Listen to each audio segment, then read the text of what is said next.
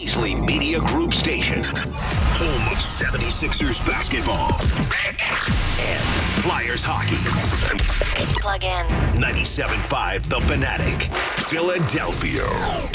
The real and inside story on the Birds as they get ready for the NFL Wildcard. Andrew Saltunis, 97.5 The Fanatic and 97.5thefanatic.com. And a good Wednesday morning, Philadelphia. I'm Andrew Saltunis, and this is the Midday Show right here on 97.5 The Fanatic.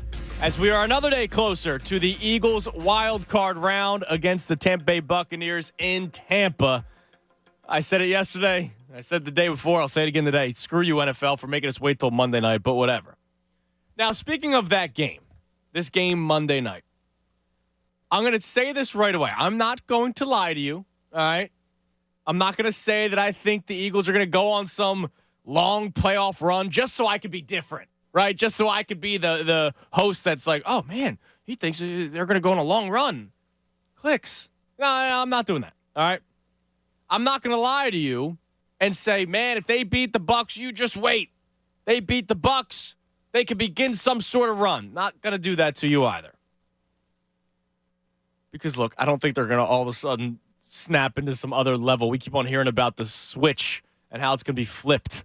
We keep on hearing about the rope-a-dope game, right? Deshaun Jackson called the Eagles con artists, that they've been lying to the people. They're actually really good. They haven't been playing to their full standard because they just want to get to the playoffs. Dallas Goedert said the same thing. Chad Johnson said it. You'll find out on Monday. I remember him saying that. You'll find out on Monday. I don't think they're going to all of a sudden snap into another level where they'll be able to go on the road and beat the 49ers or the Dallas Cowboys. But look, it's a playoff game.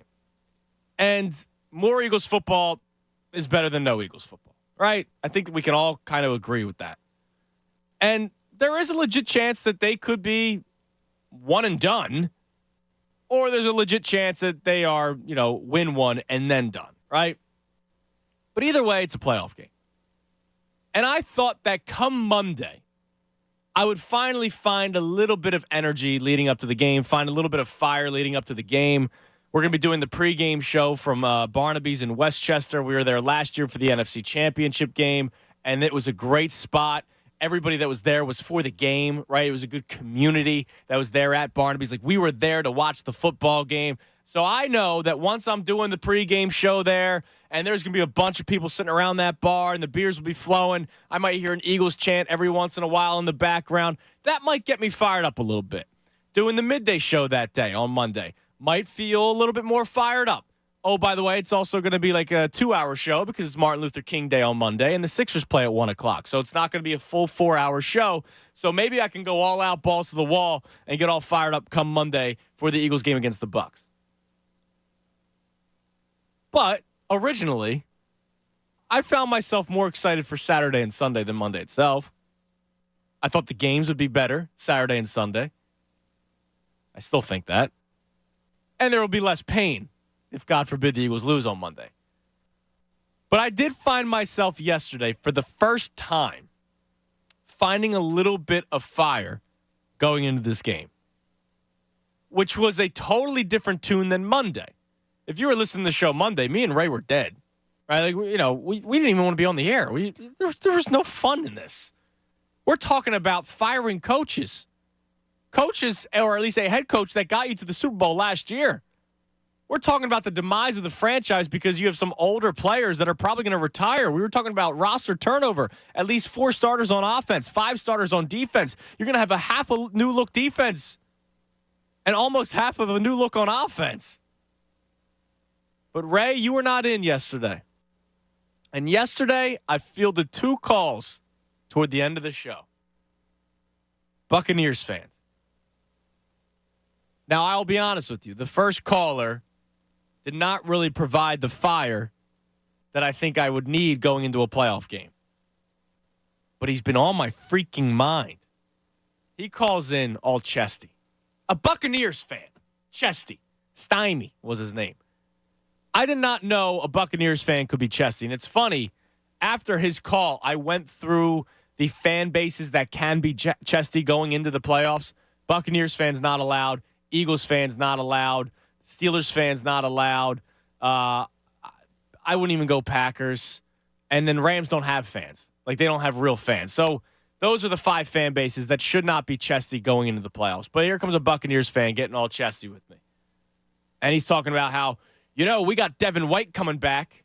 People don't remember. People forget that this is the defense that won the Super Bowl a couple years ago. He ignored the fact that Tom Brady was the starting quarterback of that team. But he said, this was the defense that won the Super Bowl. Your team stinks, blah, blah, blah. And I'm like, yeah, my team does stink, but so does yours. I asked him to shake my hand. I asked him to put his hand over across the table and agree with me that both teams stink and both teams won't win the Super Bowl no matter who wins on Monday. To which he responded with, how about we agree to this? You're going to come down here and lose, and my team's going to win. And I'm like, oh, all right, hold on a second. And then it brought me back to week 3 when I was in Tampa, and I had those a-hole Buccaneers fans around me. And now I'm starting to get a little angry, starting to get a little fired up for a playoff game. Once more, a playoff game. Then later on in the show, I had another caller from West Oak Lane.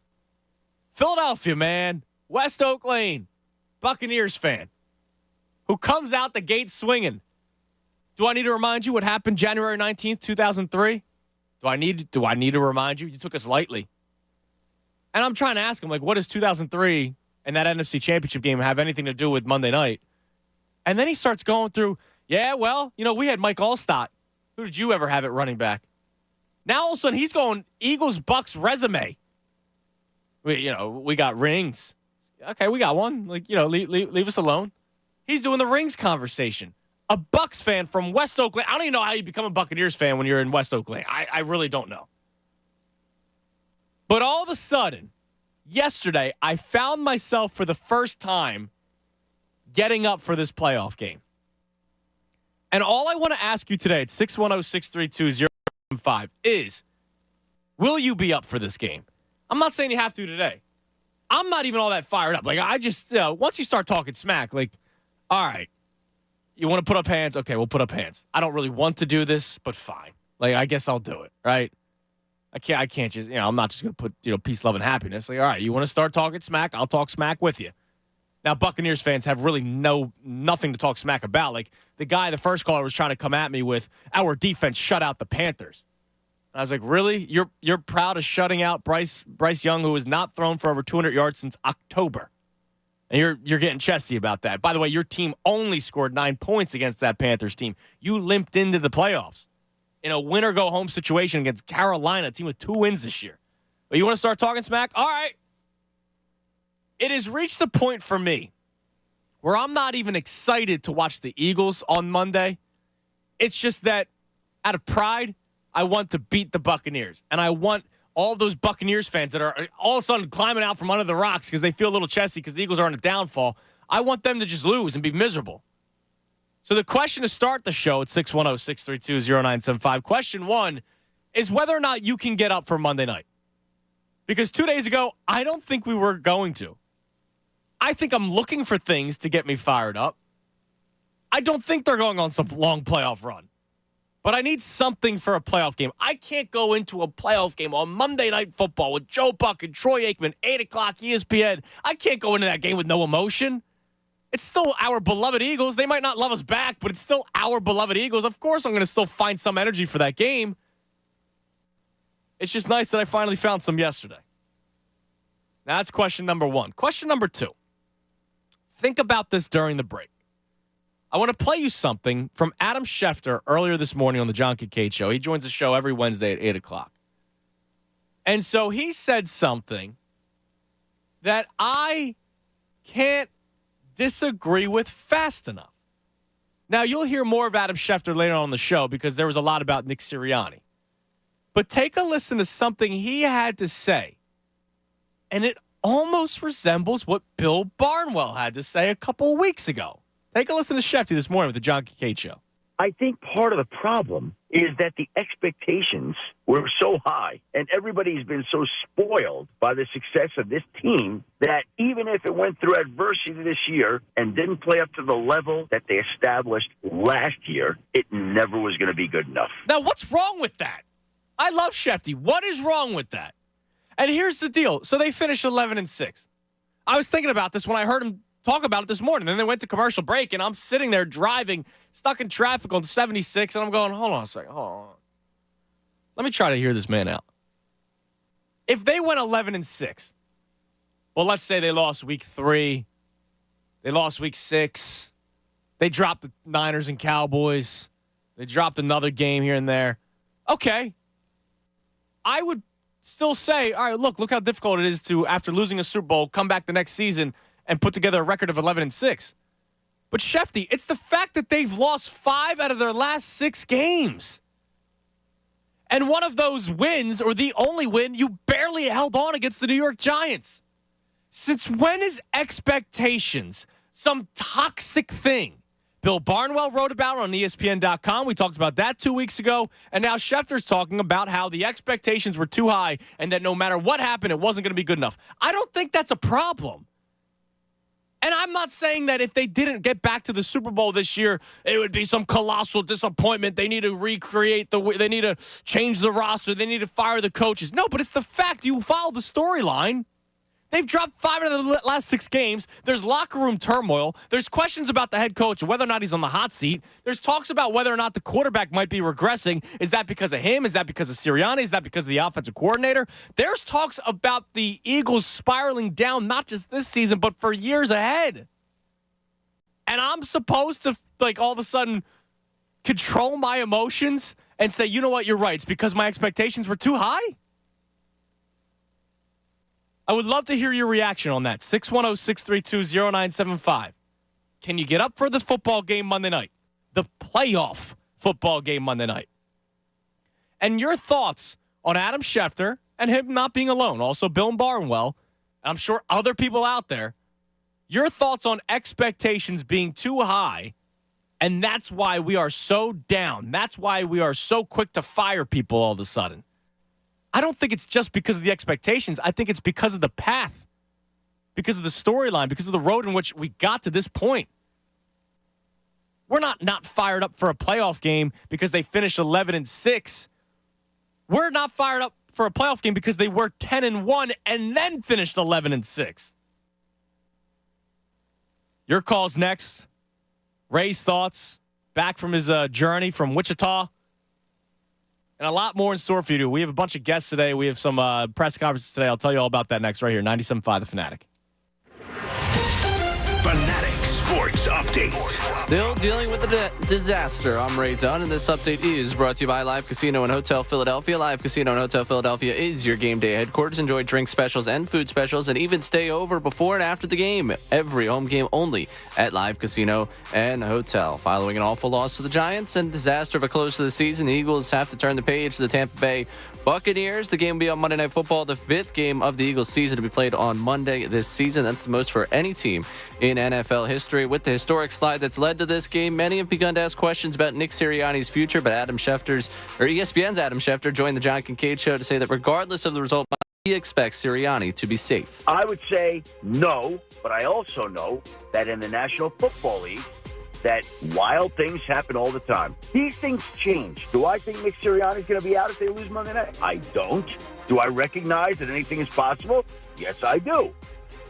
You can catch the rest of that conversation at 975thefanatic.com. The Philadelphia Inquirer's Jeff McLane will join the show coming up at 11:30 to talk all things Birds. 76ers return tonight. No Joel Embiid dealing with left knee swelling. 76ers looking to bounce back against a bad Hawks team. You catch the live call right here on 97.5 at 7:30. This update also brought to you by Pennsylvania Health Insurance Exchange Marketplace. Get the lowest coverage or get the lowest cost on high-quality health coverage now through Penny PA's Health Insurance Marketplace. You're worth protecting. Enroll by January 19th at penny.com. Paid for with Pennsylvania taxpayer dollars. Keep it locked here for the latest news and information. I'm Ray Dunn for 97.5 The Fanatic.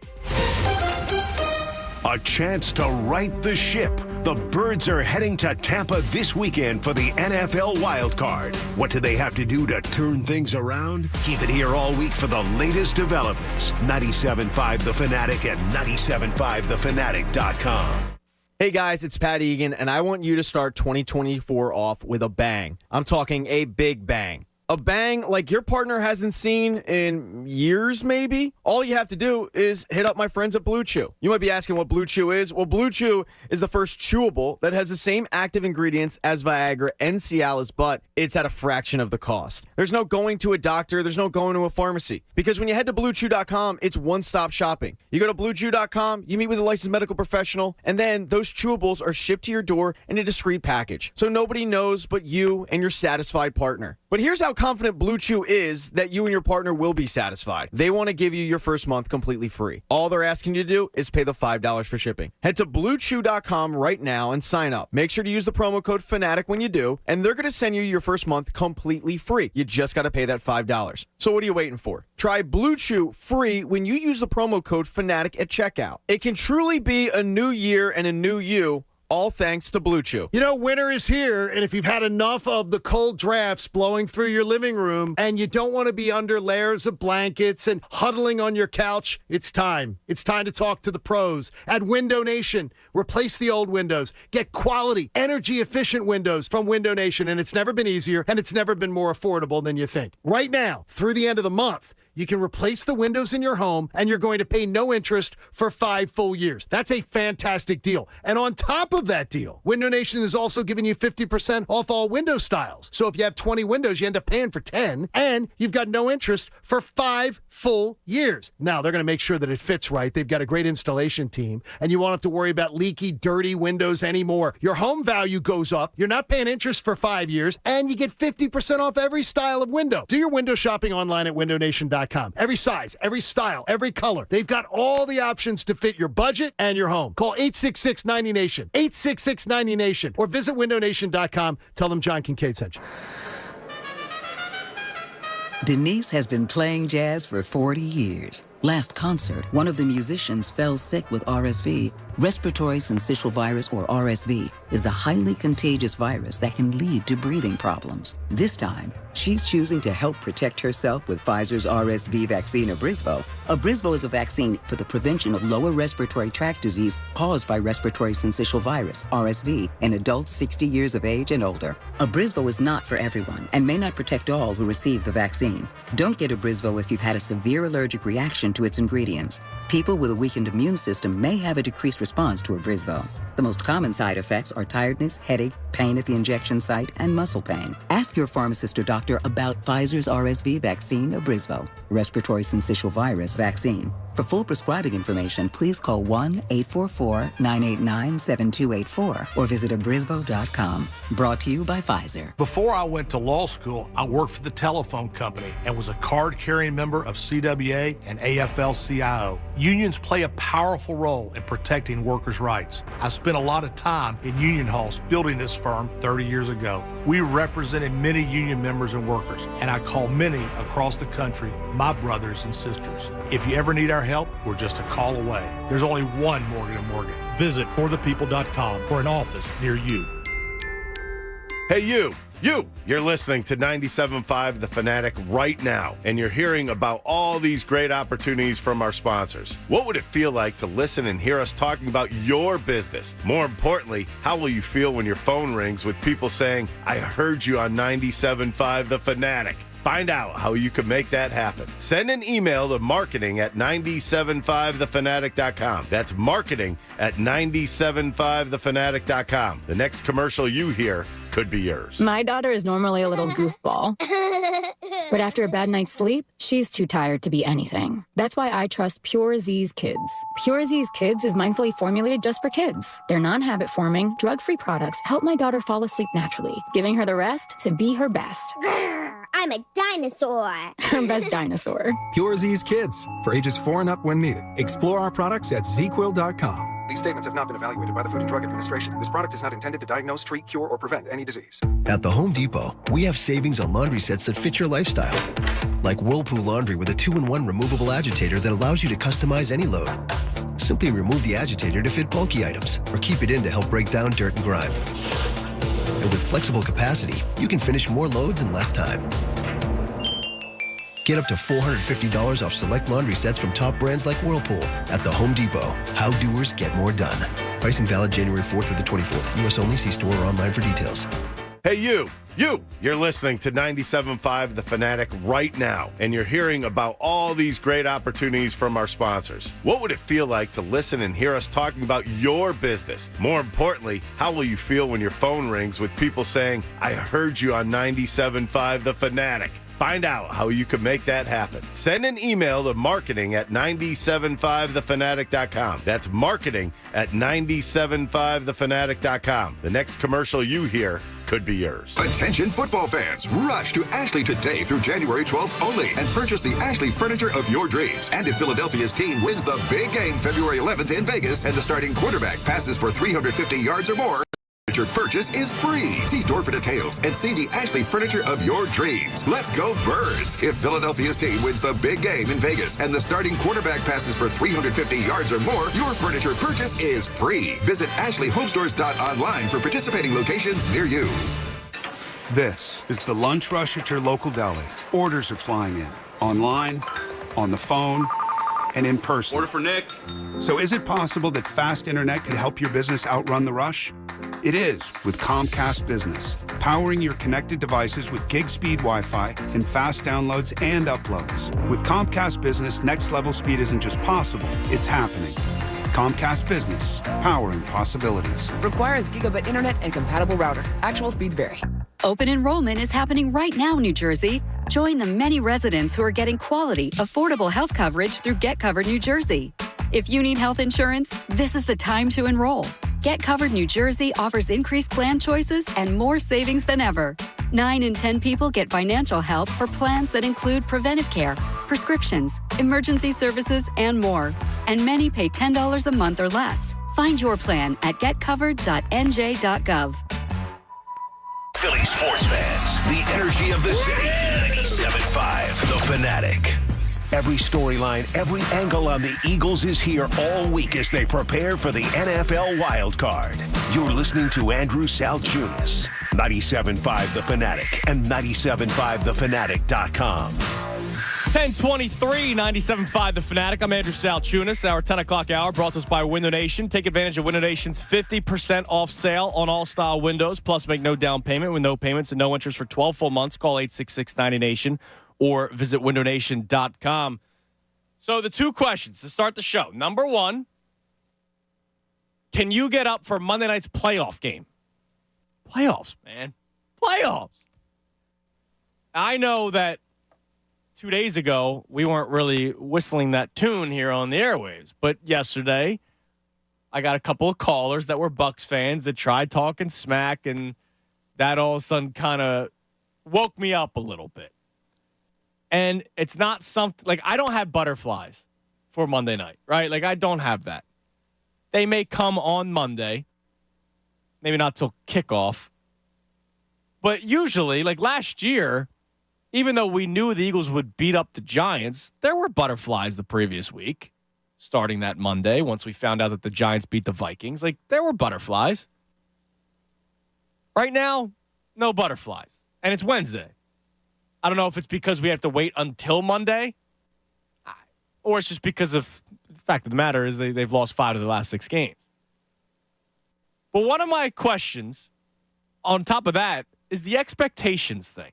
I want to play it one more time. Here's Adam Schefter on with the John Kincaid Show talking about the expectations being too high, and maybe that's why we're a little more emotional right now.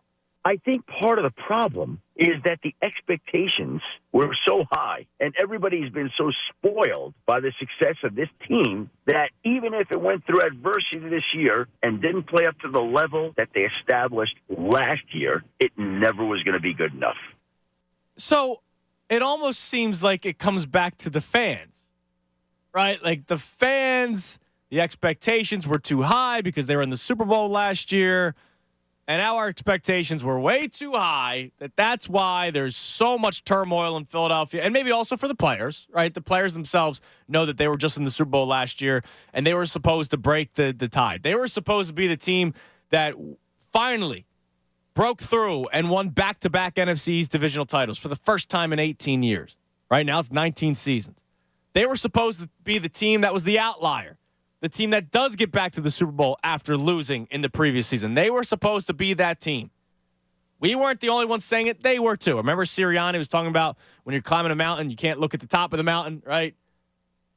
But my problem with what Schefter was saying is it's not just about the expectations. It's the fact that they were 10-1 and had a historic collapse. They had a historic collapse, not just in Philadelphia. We compare them to the 1964 Phillies. No, across the board. Only one other team had this kind of a collapse. It was the New York Jets back in 1989. This doesn't happen often. They were 10-1. They finished 11-6. They went 1-5. That's terrible. Why is this my fault? Why is this Ray's fault? Why is this any fan's fault? Any media member's fault? Any player's fault? You go 1-5. It had nothing to do with expectations. Something went wrong. And we still don't know what it is. But blaming it on expectations being too high, and that's why all of a sudden there's conversations about the head coach and some of the players moving forward, I think that's unfair. Would love to hear from you. 610-632-0975. Our man, NBA Slime, has checked in on Twitter. Unfair expectations was a 10-1 team having every win nitpicked because praise doesn't generate clicks. I'll get back to that. Then actual turmoil arises, and they were already so nitpicked that no one could even breathe anymore, and now they have a coach now so scared of ridicule, it's unreal. All right, so the first point. Clickbait media is real. I'm not sticking up for anybody. Clickbait media is real, and some people have sold their soul to it. I haven't done that. That was my biggest thing going into this. I don't do hot takes unless it's about cookies and how oatmeal raisin is number one. Good morning, Ray. What's up? Stop, please. But like you know me. You can be my witness. I'm not a hot takey guy. No. The hottest of all takes for me recently was they should have sat the starters last week, right? And it wasn't because I just wanted to go against the grain. I couldn't even do that. It was 50-50. The poll ended up being like 54 to 46% of people. 54% of people wanted the starters to play. I don't do that kind of stuff, right? I just try to be as honest as possible when I do the show. And so at some points during their 10-1 start, yeah, there were weeks where it didn't look as great as it should have been. Remember the first 4 weeks when they're 4-0, a lot of people kept on pointing out the fact that, well, this is basically their preseason. I don't like that excuse. Then play in the preseason, right? Like, then go out there and play and get ready for your first 4 weeks so that you're not scratching and clawing your way to victory, because what if you didn't pull out those wins? Then you're 3-1, then you're 2-2, then you're behind the 8 ball. Fortunately, they pulled out those victories. But during those wins, Jalen Hurts did not look great. And when it comes to football, yeah, you might have the 1985 Bears, but for the most part, it comes down to quarterback play. And because the expectations were getting back to a Super Bowl and not just getting back to the playoffs, of course, we would point out every little flaw. The thing that I kept on pointing out was that the Eagles were the least flawed amongst all the flawed teams in the NFL through the first 11 weeks of the season. They had a 2-game lead ahead of San Francisco, don't forget. The Niners dropped 3 games at one point, 3 in a row. The Eagles had a 2-game lead. And then as the season continues, then there's the issues with the defense. And we knew the lack of talent on defense, right? I would think that even the biggest diehard Eagles fan, sometimes the delusional Eagles fan, could realize that Nicholas Moreau wasn't your savior at linebacker, right? Like, I think we could have all agreed on that.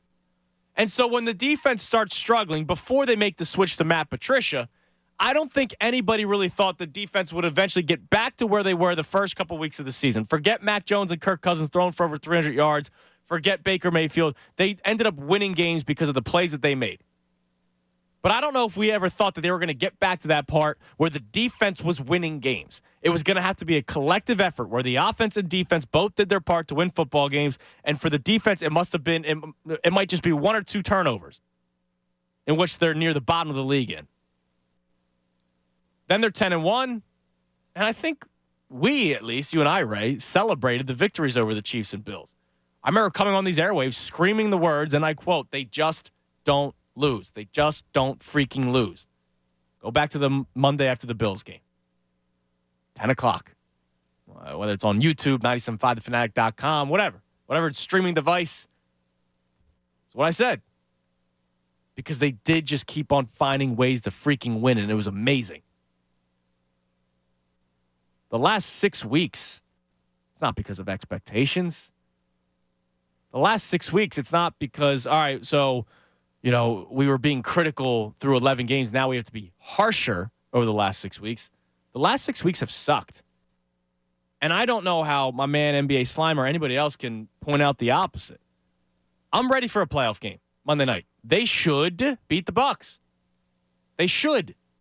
They are more talented than the Tampa Bay Buccaneers. It's not even close, actually. They should beat based off of talent alone. They should have also done that against the Giants last week. They should have done that against the Cardinals the previous week. They probably shouldn't have allowed 6 straight touchdowns and get completely blown out by the 49ers. They shouldn't have lost to Drew Lock and the Seattle Seahawks. So the second point of Slime's tweet, then actual turmoil arises, and they already were so nitpicked that no one could even breathe anymore, and now they have a coach now so scared of ridicule, it's unreal. I don't know how Sirianni is doing. I didn't talk to him, right? I don't know how he's doing mentally through all this. He looks pretty beat up. That press conference Monday, the screenshots of him all over social media, the dude looked exhausted. He's trying to figure something out. I don't think him not having any answers is because of the ridicule over the last 6 weeks. I think him not having any answers is part of the reason why they are 1-5 in the last 6 weeks.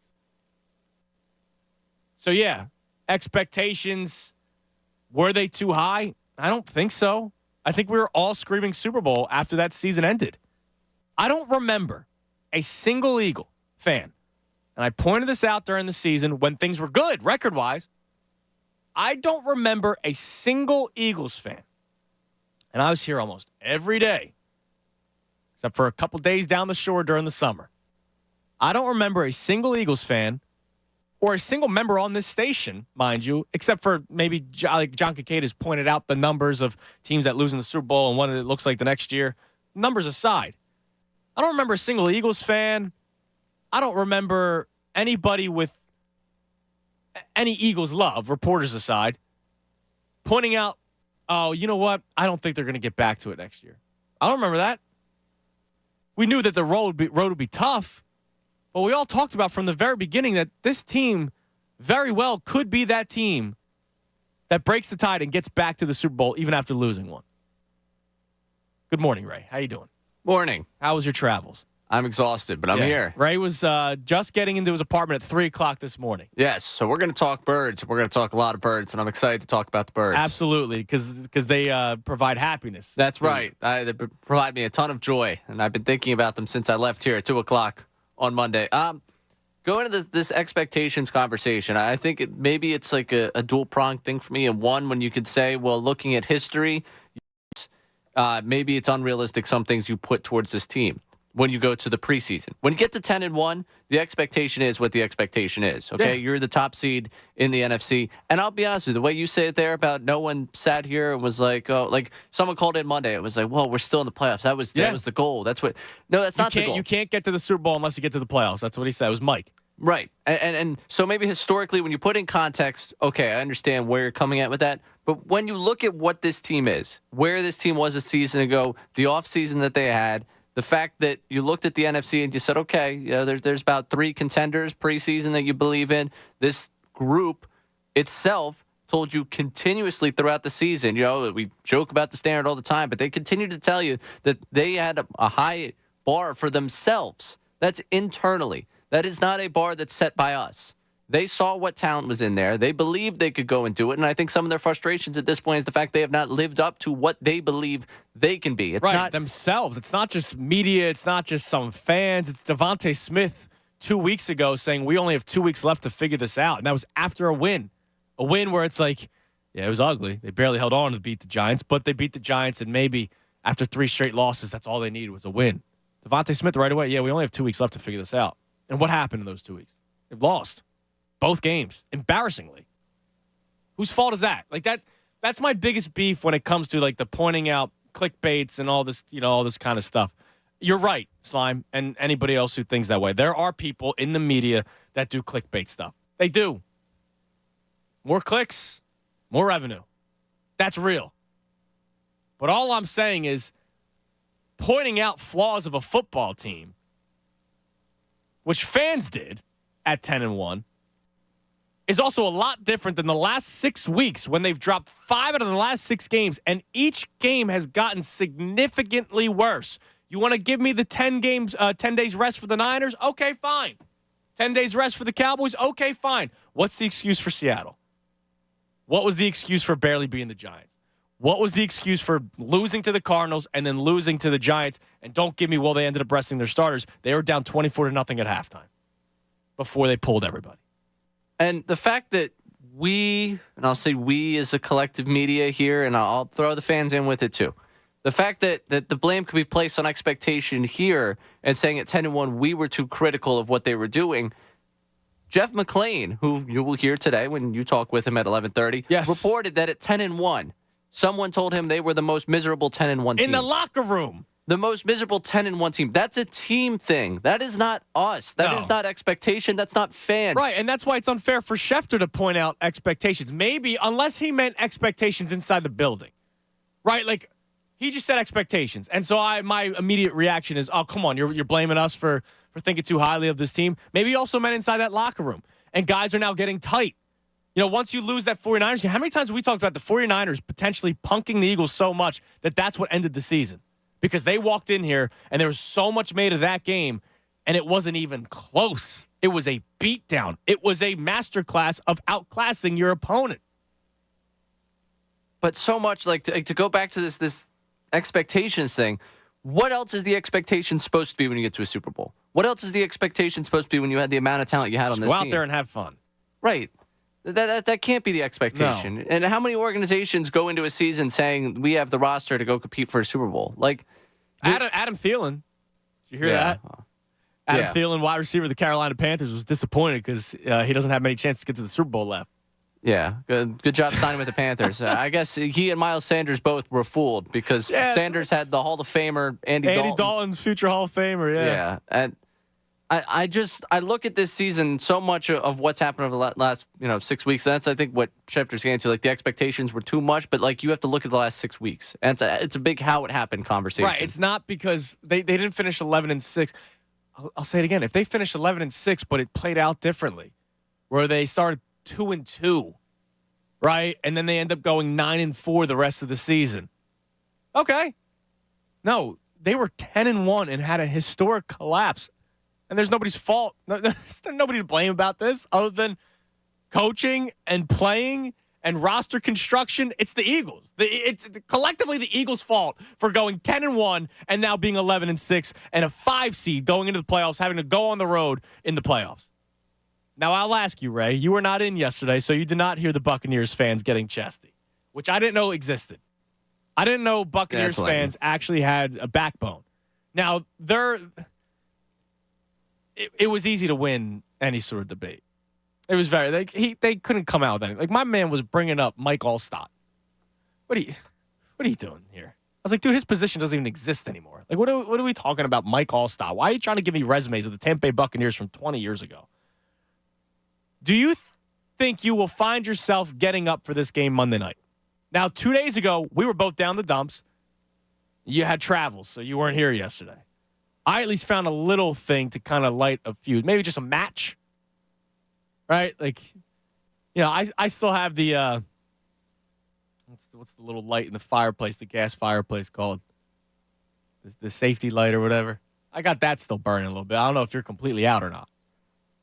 I mean, it's a playoff game, and it's the Philadelphia Eagles. Like, at some point, I'm going to turn the corner, and it's going to be, let's go Birds. Let's go out there, but let's call it what it is. I mean, since they lost to the Cowboys, like, I keep going back to that overreaction Tuesday, and I keep thinking about how horrendously down bad I was at that moment, and it went worse than my overreaction. Like, that to me is enough for me to say that I think my feelings on this team, my thoughts on this team have been cooked for a while.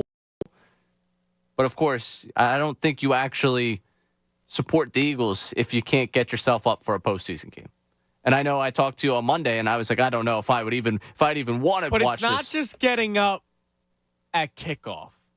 Like, you know how it is. Like, you're wearing your Eagles gear, and you're making plans. I don't know if I'd be making plans right now. I have plans. Check out the pregame show live from Barnaby's in Westchester and stick around for the watch party with myself and Pat Egan, courtesy of our friends at Corona, right? Like, I got plans. But, like, if I wasn't doing that kind of stuff, I don't know if this would be like the let's get together and watch the playoff game like you would in years past. Yeah, I don't know if this one, and maybe it's partly because it's Monday night. That has nothing to do with it. Dude, when the Eagles play Monday night and during the regular season, people are at the lots at 3 o'clock in the morning leading up to. Yeah, I got you. I don't know. Part of it's like it's not like a sexy matchup either. I mean, I understand Buccaneers but it's playoffs. I don't care about sex. I do, but it's playoffs, man. And I 10-41. I got you.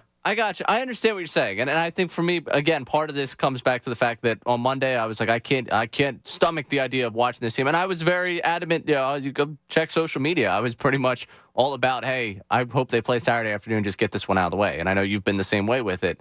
Like, I just want this game to be played. I'm so sick and tired of this. I know I'm going to get up for it eventually, but I think you're right about the sense of making plans, going after it. I have an idea that I'll probably make plans and make things happen. Will. But right now, the idea of watching this football team again, it's tough to stomach just because it's been so bad. Yeah, it's been pretty bad. Your thoughts on Adam Schefter almost blaming expectations. Now, I don't know if that's toward fans. Could also be inside NovaCare. Your thoughts on expectations being the reason why everybody is freaking out right now? Well, obviously, yes. But they were 10-1 and finished 11-6. They didn't drop 5 out of the last 6 games because of expectations. I disagree with that statement from a man that I totally respect in Adam Schefter. Also, do you find yourself getting up for this game Monday night? We'd love to hear from you. 610-632-0975. 10 o'clock hour. Did I already tell you this? I did. You did. But shout out to our friends at Winner Nation one more time. I'm Andrew Salchun. It's the Midday Show. We got Jeff McLane coming up at 11:30, Matt Breen at noon, and the coordinators speak today. Let's tap into Brian Johnson later on the 12 o'clock hour, all right here, 97.5 The Fanatic.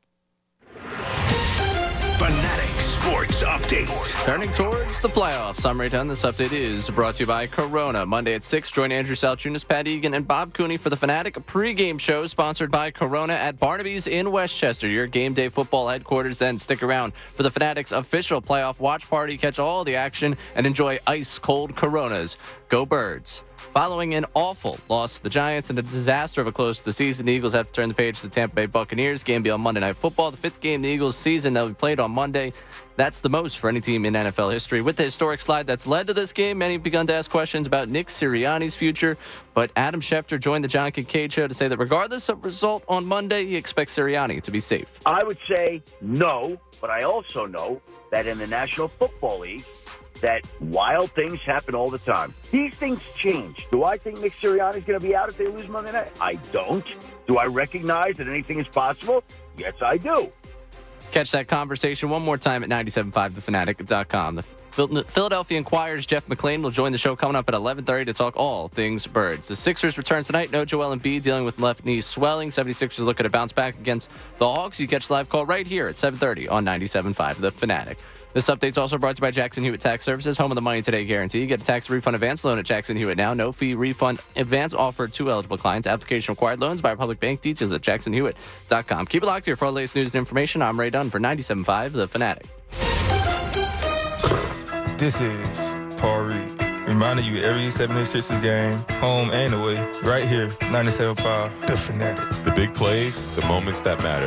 Mo Bamba here to tell you that this is the radio home of the Philadelphia 76ers. 97.5 The Fanatic. Guys, do you feel sluggish and tired all the time? Can't seem to lose weight no matter how much you diet and exercise? Not in the mood anymore? It's very likely you may have low testosterone. It's common for men's testosterone levels to decrease as they age, but you don't have to live with low testosterone. Fortunately, Alpha Men Center are experts at treating low testosterone with testosterone replacement therapy, or TRT.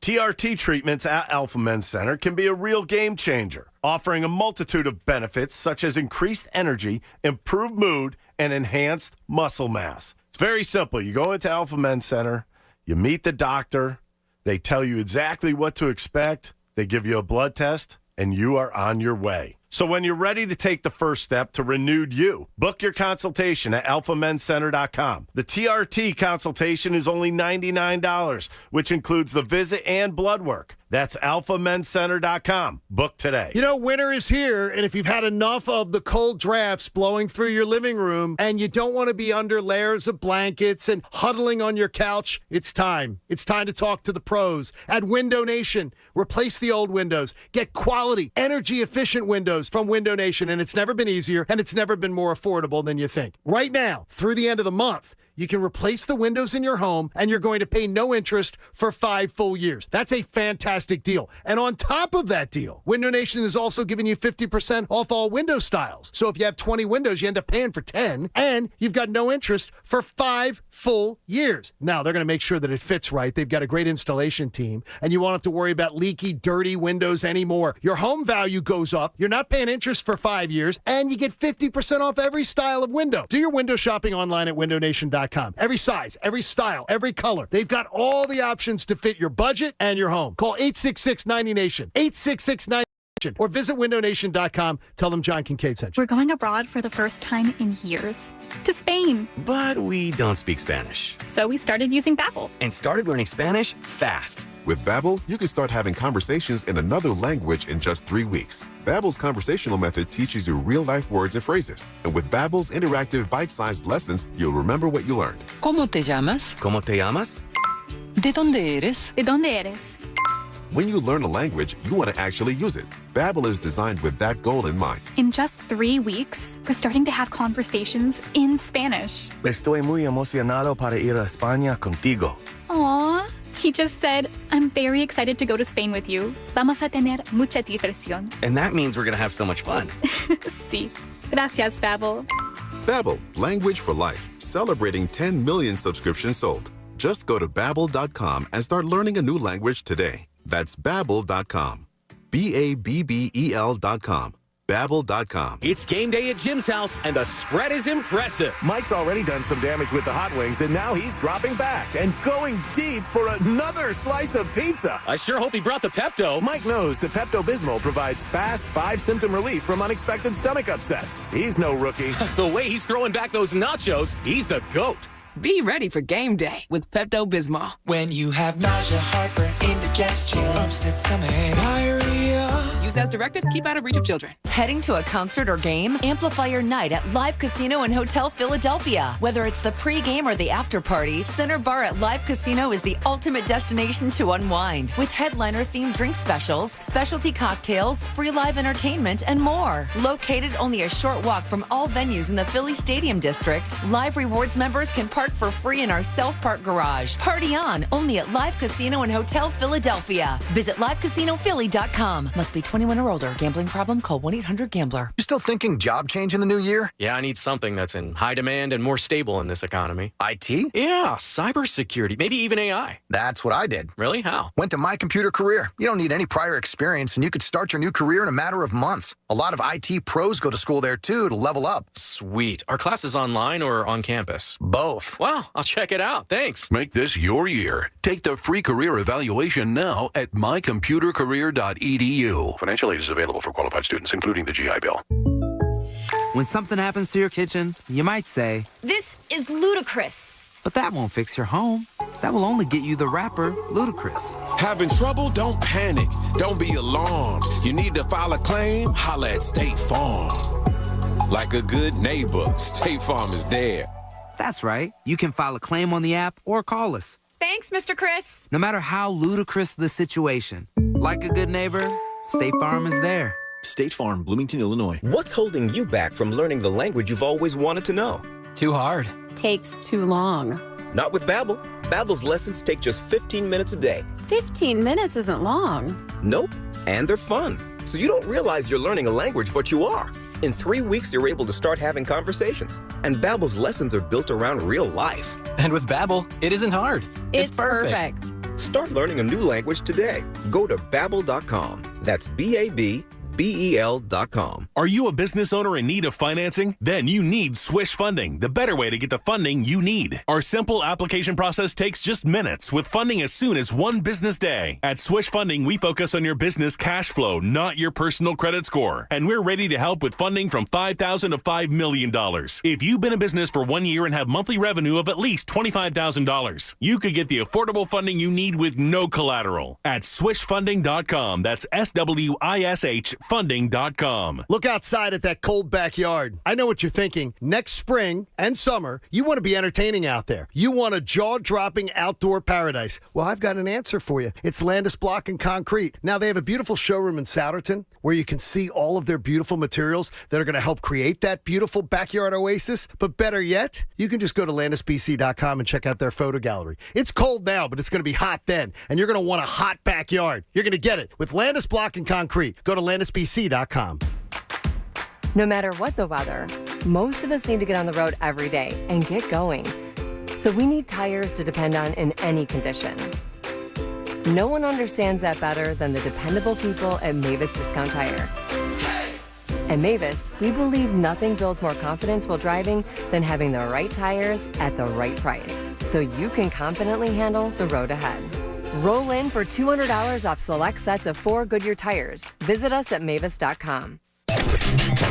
WPEN, Burlington, Philadelphia, a Beasley Media Group station. Home of 76ers basketball and Flyers hockey. Plug in. 97.5 The Fanatic, Philadelphia.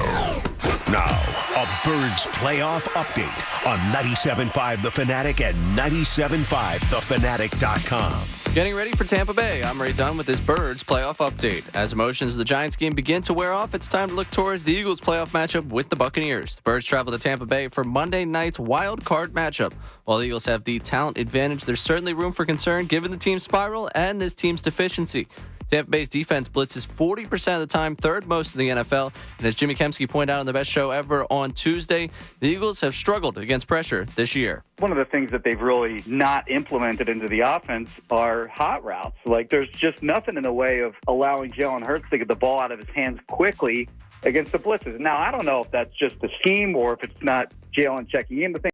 Line of scrimmage, but it really doesn't seem like they're giving him opportunities to get the ball out of his hands quickly when they're facing the threat of a blitz. The Eagles offense ultimately comes down to head coach Nick Sirianni, who ESPN's Adam Schefter believes will remain in Philly regardless of result on Monday night. I would say no, but I also know that in the National Football League, that wild things happen all the time. These things change. Do I think Nick Sirianni's going to be out if they lose Monday night? I don't. Do I recognize that anything is possible? Yes, I do. Listen to full conversations with both Kempski and Schefter on 97.5thefanatic.com. Keep it locked here for all the latest Birds news and information. I'm Ray Dunn on your home for continuing coverage of the Birds as they get ready for the NFL wildcard round. 97.5 The Fanatic.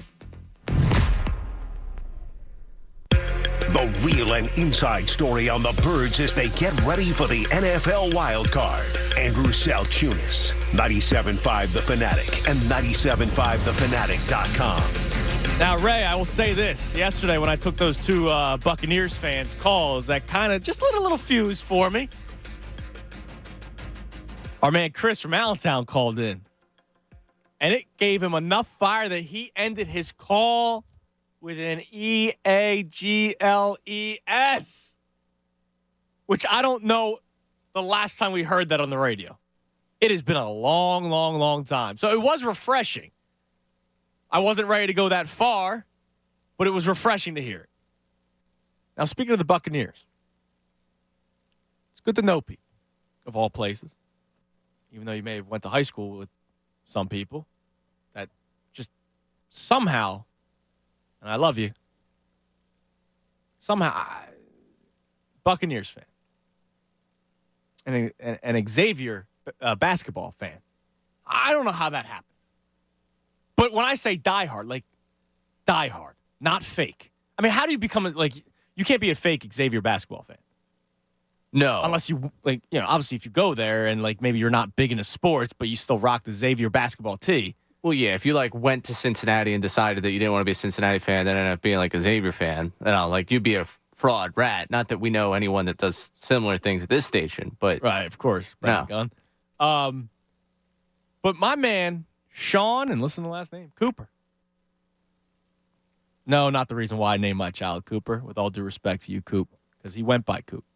Oh, Sean. Wow. Played baseball with Sean. I go way back with Sean. Baseball, basketball, you name it. Also a Dodgers fan. Just very Dude, strange. what's I was going on? always very confused by it. Dodgers, Bucks, and Xavier men's basketball. But he checks in. He said, if you're looking for a realistic Bucks fan to talk about anything, let me know. I go, okay, let me hear you out. Because, like, the two callers yesterday that I had were fans that had their teams back, which I still respect, even though their fight, they had nothing. They had, like, my man's bringing up Mike Allstott, 2003. I had one guy saying that Baker Mayfield is going to, score touchdowns against your defense, and our defense held Bryce Young to 0 points, as if that's something to be proud of. So those two Buccaneers fans, they were fans, right? They had their teams back, which I will always respect. So my man Coop checks in. He goes, no doubt about it, Eagles are more talented and should win. I'm not expecting a win by any means, but that being said, it's also definitely a winnable game.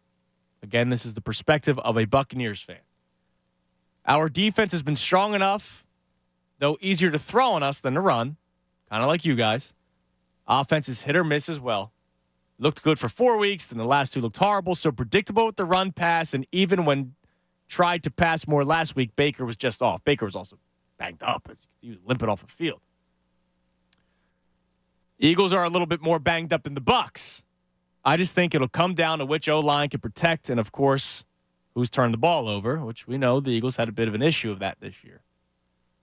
That being said, like you guys alluded to, all the expectations and pressures on the Eagles, which means the Bucs are at home playing with house money. We weren't supposed to be here, only projected to win 5 or 6 games. So I think if the Bucs are able to get out to an early lead and effectively run the ball, that pressure is only going to mount up even more. I don't disagree with anything he says, which is why we've been talking about this since Monday. The Eagles could lose Monday. We have just said should win because of talent alone. But they should have beaten the Giants and they should have beaten the Cardinals.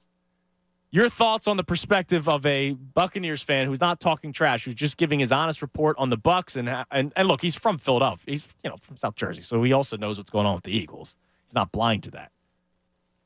I don't disagree with anything he had to say. No, and the one thing I will disagree with, I'm done with the should. Well, yeah. There is no more should. This team should have won the division. This team should have a home playoff game right now. What about can? Is Can still allowed? Okay. They can. Can is about as far as I will go. They can win this game. You're not going Will. No. Will is off the table. No, Will. There is no Will. Will went off the table after the Cowboys game for me. Yeah. Will, no more guarantees for me. There is anybody who is named Will or goes by Will in the air, you're William this week. Yes. Like you, Will is gone. Will is gone. Yeah. Goodwill, certainly Goodwill gone. Hunting. No, it's Good William Hunting now. Yeah. Like we have to change the title of the movie. I think you might have missed that the whole point of the movie. No, that's okay. I saw it. It's a good movie. Great movie. Yeah. That's a movie I've seen. That's good. Look at me. So, all right. I don't disagree with anything you had to say.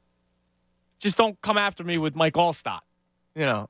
As if that's any sort of reason why you think your team's going to win, which is what a caller did yesterday. Okay, 2 open lines. You can climb in at 610-632-0975. Let's get to some calls. Your 2 questions to answer today. 1, can you get up for a playoff game? An Eagles playoff game Monday night. I feel like we should. I don't think anybody's there yet. I only got there because of some smack talk yesterday from Buccaneers fans, but if they didn't call in, I wouldn't get up for it until Monday night, until kickoff itself. Question number 2, when it comes to expectations, Adam Schefter almost blamed expectations as to why there's so much turmoil right now. Inside NovaCare, from the fan base. It's not just that we expected them to get back to the Super Bowl or go at least back to the NFC Championship game this year. That's not why we're freaking out. We're freaking out because they were 10-1 and fell to 11-6. Fell out of the 1 seed, fell out of the 2 seed, didn't win the division. They're a wild card team. Let's go to Leonard in Philly. Leonard, you're on the Fanatic. Hey guys, thanks for taking my call. Thanks for calling, man. Yeah, sure. I was ready to get up for the game, but then I saw Emmanuel Acho and Dan Orlovsky diagnosing our plays and calling them pretty much high school plays. What we're doing. So after that, I'm like, if these guys are doing it, I wonder what Todd Bowles is looking at. So I mean, we can get up, but pretty much what they're telling us is that we are, people know what's coming, and I don't know how this is not fireable offense when you go like, did Adam Schefter bring up that this has never happened before in NFL history? Did he bring that up? No, he did. I mean, look, he is saying that anything can happen. He didn't think Mike Vrabel would get fired, and of course, Mike Vrabel was fired yesterday from Tennessee, so. He says anything can happen, but his belief right now is that Nick Sirianni stays here unless something crazy happens Monday, which could be a embarrassing loss to the Tampa Bay Buccaneers. That could change everything. But didn't something crazy already happen? This has never happened before. Like what? Like I'm curious. Like I don't understand how he looks clueless. That last conference where we're trying to figure out what happened with the Giants, he's talking about we're going to win one for the Gipper type of speech. It starts with him, Leonard, as he always says. Every answer is it starts with me.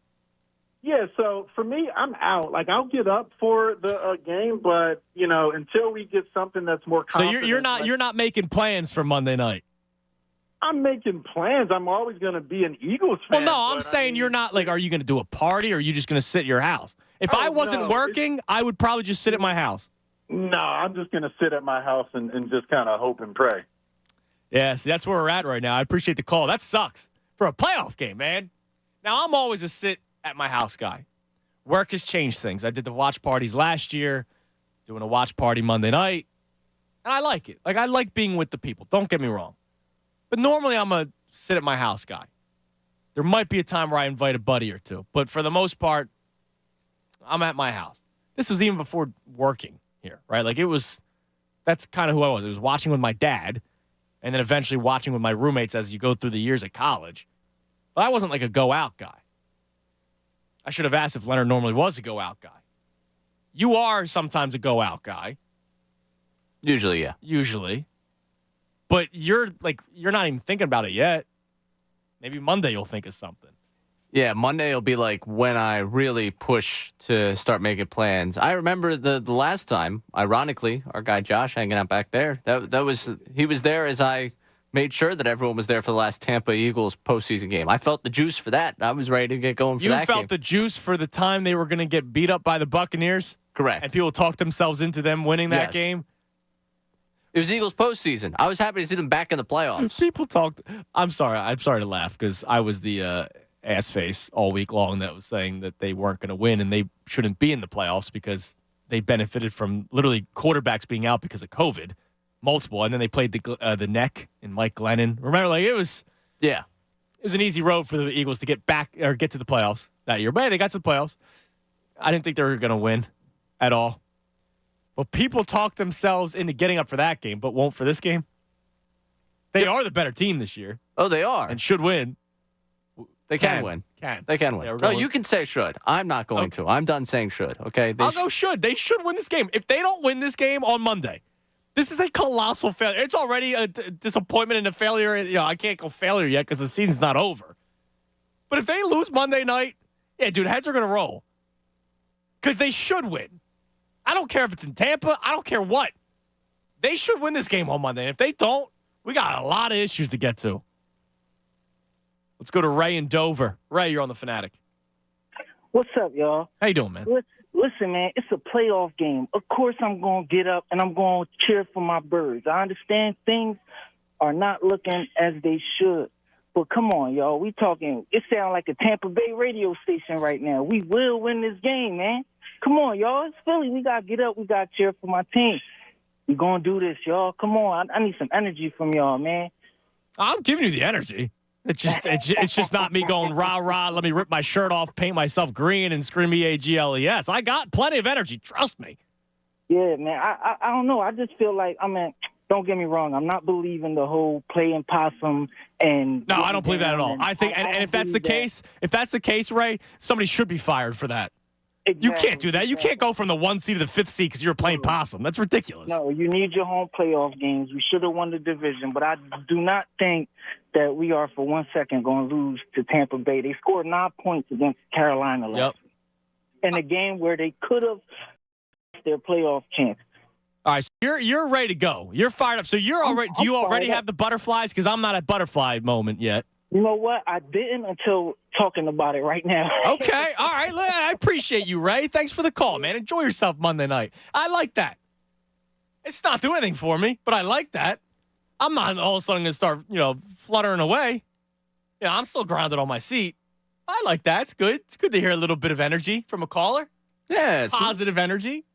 Positive energy over the last month. I'll take every single one we get. I don't have to agree with you on it, but I'll take it because it's nice to at least see it. It's nice that some people out there are ready to go for this one because I do feel like the bubble in which I am consumed is very dark and scary right now with the thoughts on this team. Right, and that's why I opened the show with I'm not going to lie to you and say this is the beginning of a run and I feel great and blah, blah, blah. But no, once I start hearing some Bucs fans checking in and want to talk a little smack, okay, I'll get up for this game. You've never always wanted to fight. Sometimes it just happens. You got to get into it. That's all.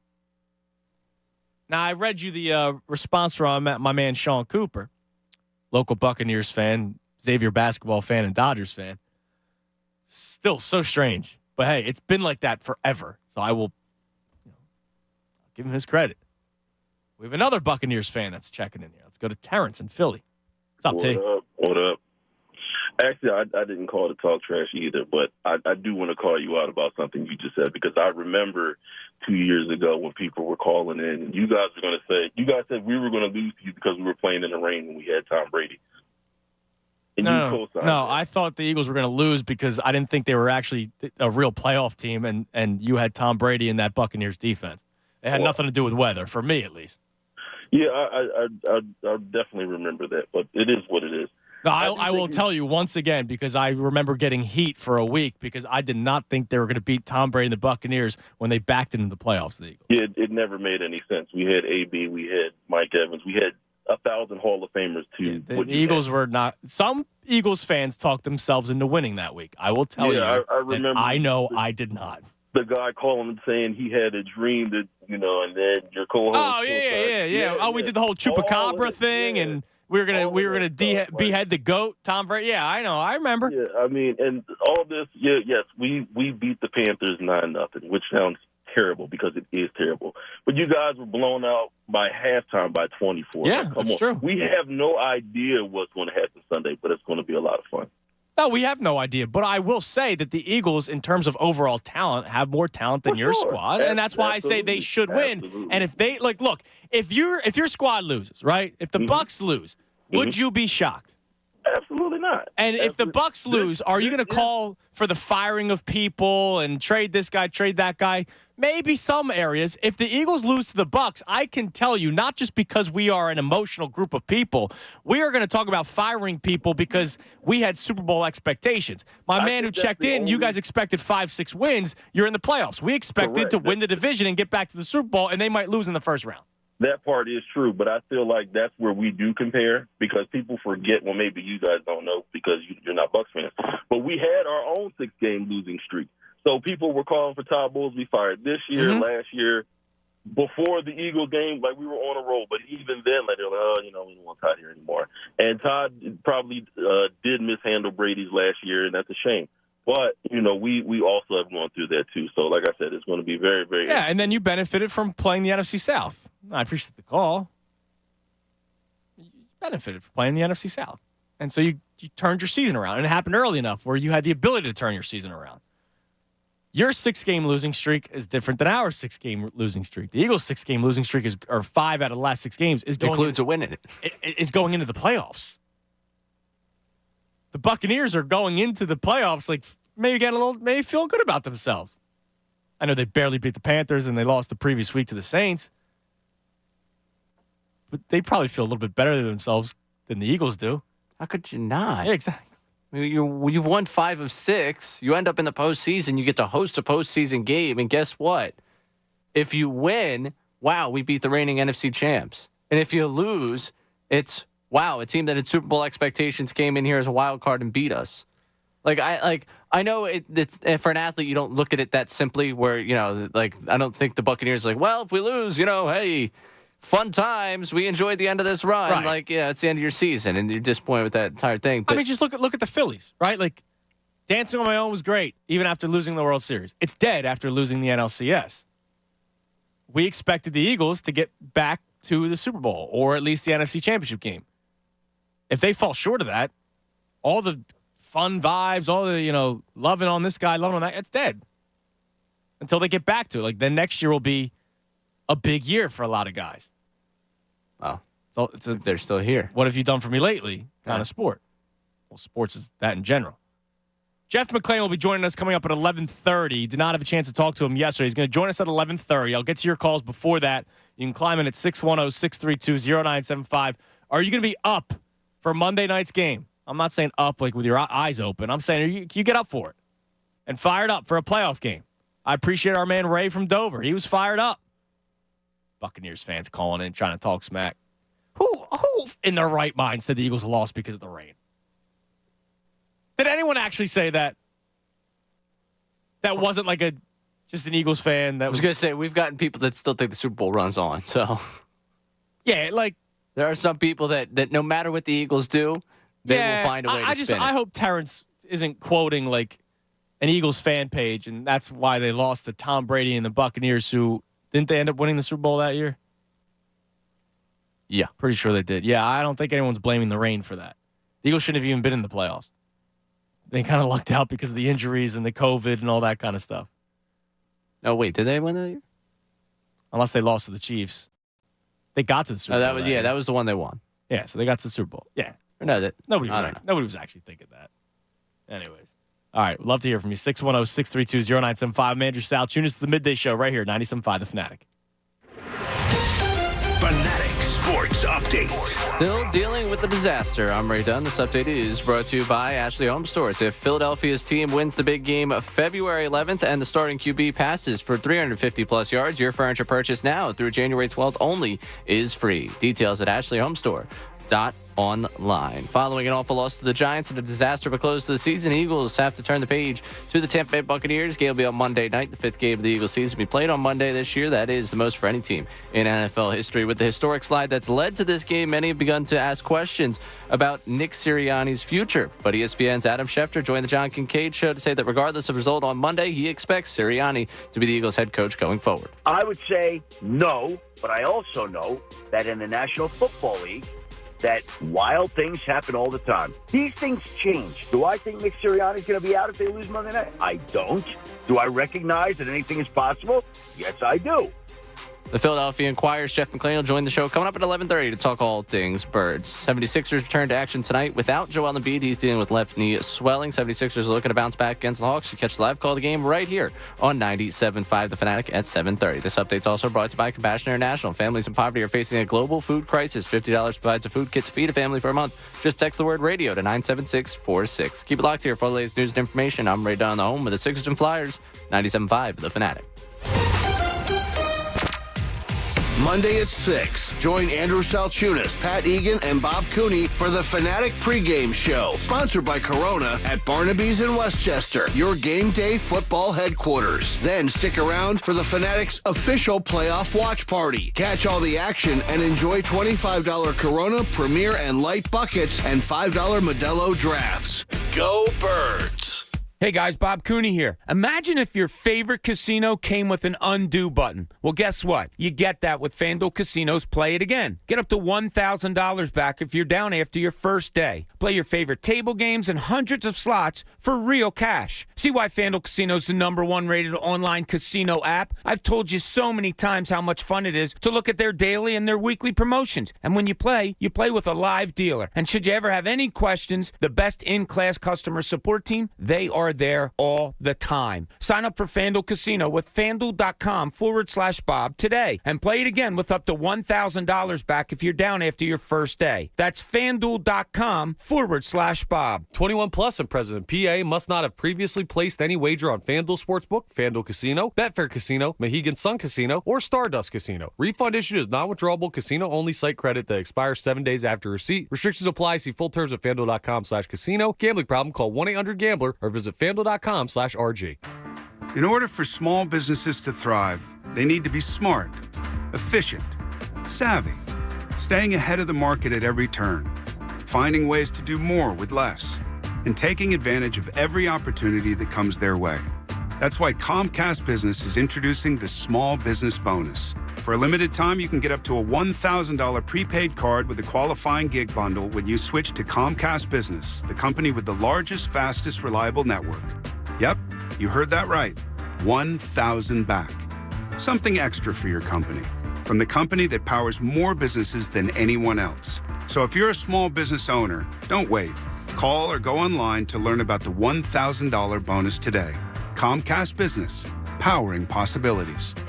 Ends 2/21/24. New customers with Gigabit Extra Internet, Security Edge, One Voice Mobility Line, and Connection Pro with 3-year agreement. Other restrictions apply. Call or go online for details.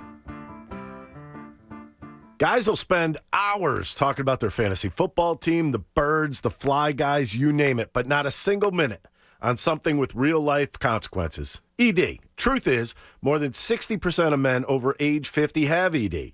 Here's another stat to consider. Alpha Men's Center has a 96% success rate treating ED. 96%. That's because men's health is all they do at Alpha Men's Centers. They know that ED can have many different causes, including low testosterone, diabetes, and high blood pressure, to name a few. And they have multiple treatment options to choose from, depending on what's causing yours. And that's no fantasy. Neither is this. Your first consultation is only $99, which includes the visit, blood work, and a testos. That's right. For $99, you'll get a doctor's visit, blood work, and an initial testos. And you'll see results in the office, or your visit is free. Time to get back in the game at Alpha Men's Center.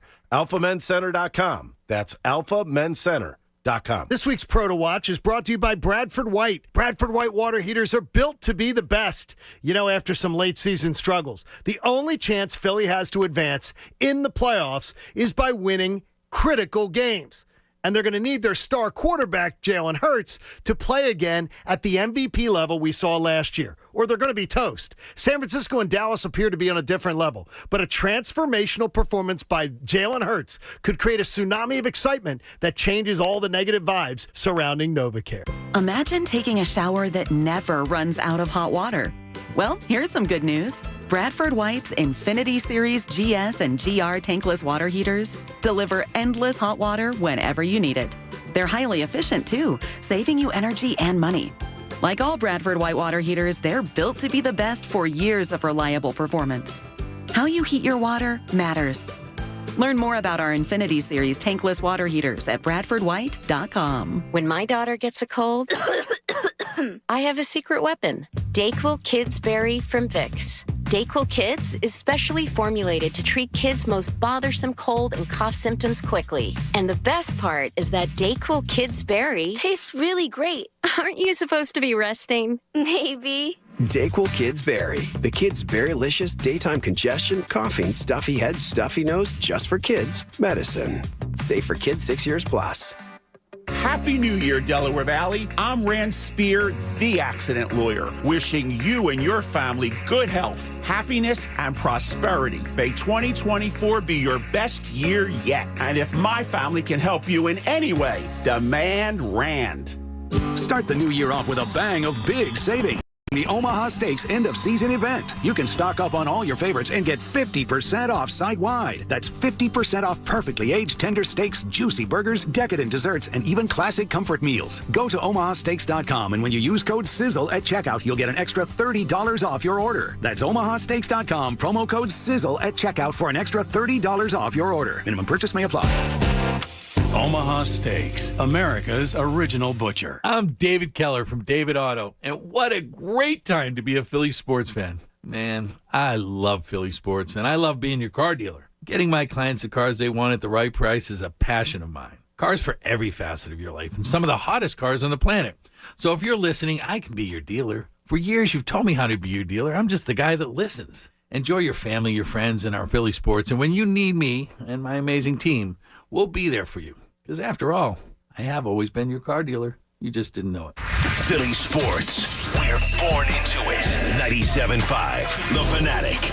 Every storyline, every angle on the Eagles is here all week as they prepare for the NFL Wildcard. You're listening to Andrew Salchunas. 97.5 The Fanatic and 97.5thefanatic.com. 11:20, 97.5 The Fanatic.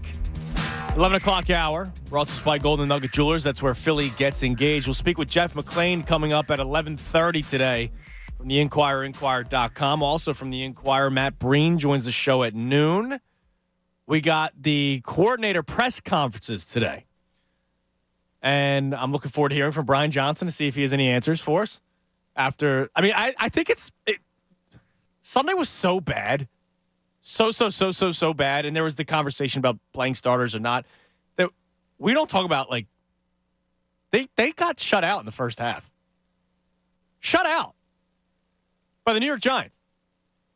And I know Jeff McLane, who we'll be speaking with coming up at 11:30, he asked, I forget if it was Hurts or Sirianni, but I know both of them were asked by two separate reporters about going up against the blitz.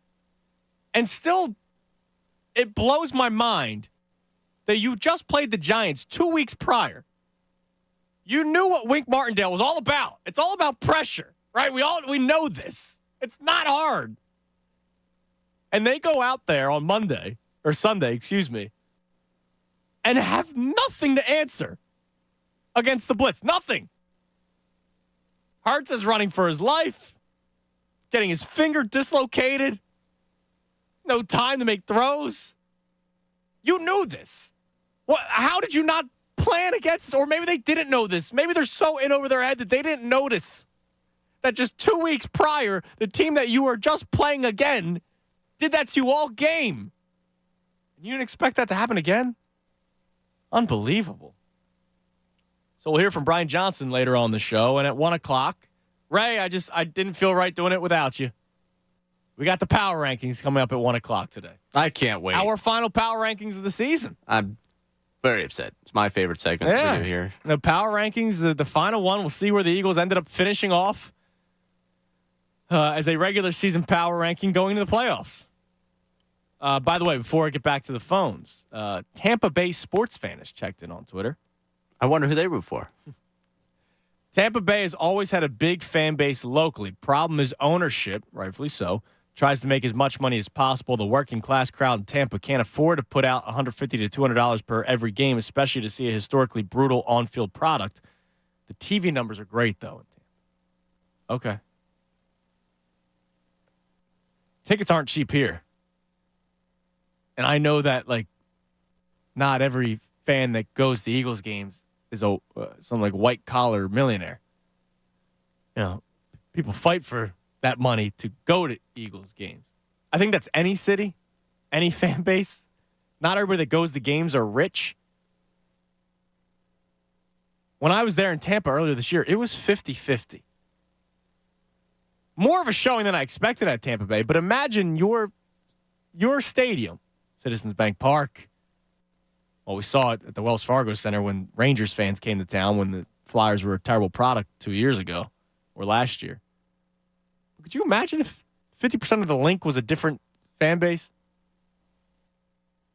It's not just because of ticket prices. I'm glad the TV revenue is fantastic, but it is here too, and we sell out every game. Yeah, if there's one stadium here, one place here that I could never see being taken over, it's the link. That just wouldn't happen. Yeah, that's never going to happen. For the reason why. Eagles. You know, that's just what this town is. Yeah. Yeah, that's Tampa Bay. Hey, listen, maybe you're a good football town. I think they've got into hockey more. You guys haven't done much with your baseball. I don't blame them. Yeah. And in hockey more down there with the Lightning. Yeah. You guys have failed to support a team that's consistently winning 90 games. Yes. I get it. It's frustrating because they don't spend money. It's ridiculous, I would still be excited to see all these young players that are really good. Yeah. They did spend money, though. One player. Yeah. Creep. Yeah. That was less than ideal the one time you go to spend money that. Honestly, the league should just pay back the raise. Or let the contract just go away. I don't know how that works. Or they should have known. I think. Well, yeah. We'll get to that. I was going to say in June. There's a lot of different teams that would begin to have questions. Oh, you're going to pay the raise back? Yeah, well, I got you. Maybe we paid this certain pitcher and now we have to defer all this money because we had to pay him as well. Yeah, I got you. All right. Trying to avoid out contracts here. I just feel bad. They finally paid. Yeah, I think there's a way they can. Total creep. Avoid it. I don't know. I'm not. I would hope so. All right, let's go to the phones. Let's go to Paul, who's in Westfield, Florida. What's up, Paul? Hey, how you doing, Andrew? Good. How are you? I'm doing pretty well. Hey, so listen, I haven't heard much about A.J. Brown's injury, and even though it looked really bad on the field, do we know the severity of his injury? I haven't seen anything because they haven't practiced yet because the game is Monday. Yesterday was an off day. I haven't seen any sort of injury report. I will ask Jeff McLane that coming up in a few minutes to see if he has heard anything. But they haven't sent out any sort of injury reports just yet. The only thing I saw from John Clark a few days ago was that he woke up feeling okay the next day. And, off of that, that's the number one thing we can be excited about right now. Does that mean he'll be good enough for Monday night? Not sure. But I'll hope to get you an answer in a couple of minutes. Okay, so on top of that, maybe he's good enough to play, and maybe it's not as bad as it was. And what about Slay and some of the other guys that have been injured? We're possibly getting some guys back. I mean, isn't there a possibility that we could go in there with no expectations and get a win? I mean, look, they once again, I'll say it again, they should win. They should win this game on Monday. And I can't say without expectations. I expect this team to win the football game because they are too talented to lose to the Tampa Bay Buccaneers. They are too talented to go from 10-1 to 11-6. I'm sorry, the expectations are there. But yeah, they are getting healthier. Darius Slay's missed the last couple of weeks. He'll be back. And we'll see if that helps out some of the other players. Maybe that helps out the safety position. You did lose Sidney Brown, which stinks for the season. Well, maybe most of next season too. So they did deal with some injuries last week. But yeah, some guys are coming back. Avonte Maddox will be back for his third week now. That's only going to help him more. Look, Paul, ultimately, I do still think they should win this game on Monday. Okay, so now we're going along with that. Okay, now what about if Green Bay goes into Dallas and takes down Dallas? Well, I mean, unexpected things happen every season. They do. They do. And that would be, we ran through this on Monday, and thanks for the call, Paul. We ran through this on Monday. We did the best case scenario, right? The best case scenario is that all three lower seeds win. Right? The Eagles beat the Buccaneers, the Rams beat the Lions, and the Packers beat the Cowboys. That would mean the Eagles would be hosting the Rams in the divisional round of the playoffs. Now, I would still be worried about the Rams because the Rams' offense has come to life. And if the Rams win, that means they probably put up a lot of points against the Detroit secondary that's been beat up a little bit this year. But it's still a home game come playoff time. And then, you hope you get to the NFC Championship game. And if you can get to the NFC Championship game, that's awesome. Based on what we've seen the last 6 months, I don't think anybody's expecting an NFC Championship appearance. That'd be pretty freaking cool if they could get back, but a lot of stuff has to happen. And even if those best case scenarios don't happen, so you're going to either Dallas or San Francisco in the second round. And is anybody feeling all that great heading into those matchups? The only thing I can hold on to is the Cowboys not really being great against the run and not being built to stop strong running teams. And even though the Eagles haven't really shown that this year, we still believe in this offensive line to be able to win battles up front, which would open things up for DeAndre Swift. Expectations, man. My man Nat Marlowe used to work here at the station. He responded to my man the Slime's tweet earlier about how the expectations have made it harder for the Eagles. Nat says most criticism of last year's team was nitpicking then because there was so little to criticize week in and week out. This year, there have been glaring issues that have not corrected. that says a lot about this team if they can't handle constructive criticism. I don't disagree with that point. The Slime responded. We'll get to that coming up in a little bit, and more of your calls at 610-632-0975. But it's 11:30, so let's head to the Comcast Business Hotline from the Inquirer, Inquirer.com. Jeff McLane joins us. Jeff, how you doing today, man? Good morning, Andrew. Good morning. Let me ask you a question about expectations. So Adam Schefter joins the John Kincaid Show every Wednesday at 8 o'clock, and at one point he got into the conversation about expectations, and maybe expectations were too high, not just for fans, but inside NovaCare. And that's why there's so much turmoil, it seems. Is that true, or is it more so the fact that they've lost 5 out of the last 6 games? Well, I think the expectations thing has been there throughout the season. And even when they were 10-1, I think that was, because of the ways they were winning games, they weren't happy. We saw, obviously, later in the season after the Giants game, how that came to fruition with Devontae Smith and the way he reacted, A.J. Brown. They weren't happy with that squeaker over the Giants. And that, played a role in what I had been hearing about the team. Someone had told me, at the time they were like the most miserable 10-1 team that this person had ever been around. And there were other sources that I talked to within the team that had told me that, this team does not carry itself as if it's 10-1 and they're tense and they're not enjoying the moment. And, that comes obviously with building expectations that you have when you came so close to winning the Super Bowl and you have a lot of talent on the team.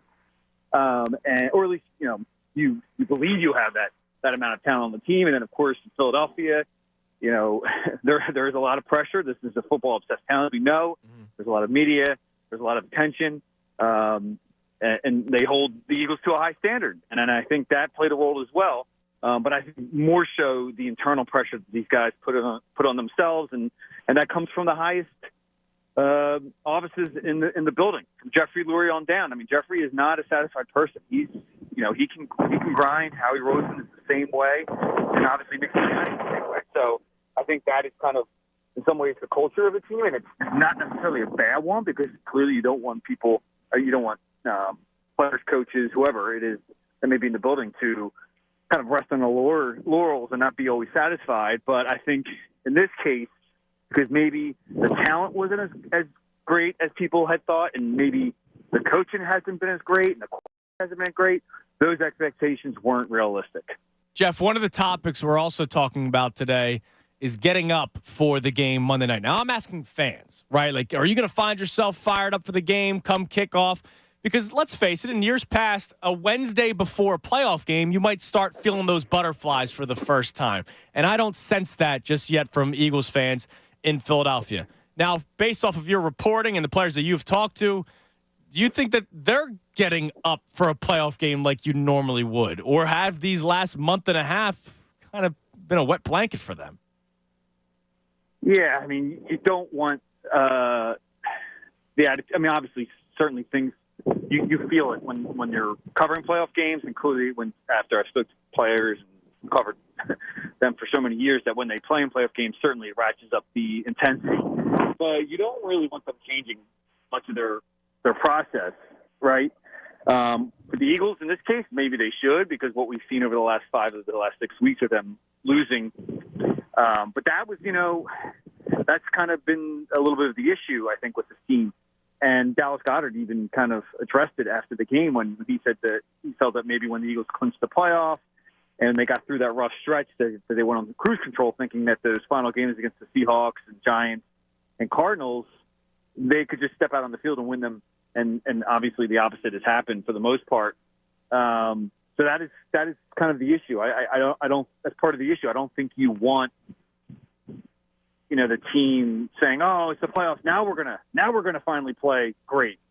It's tough to flip that switch. It really is. If that's true, because look, you went from the 1 seed to the 5 seed. If that's true, isn't that damning on the head coach?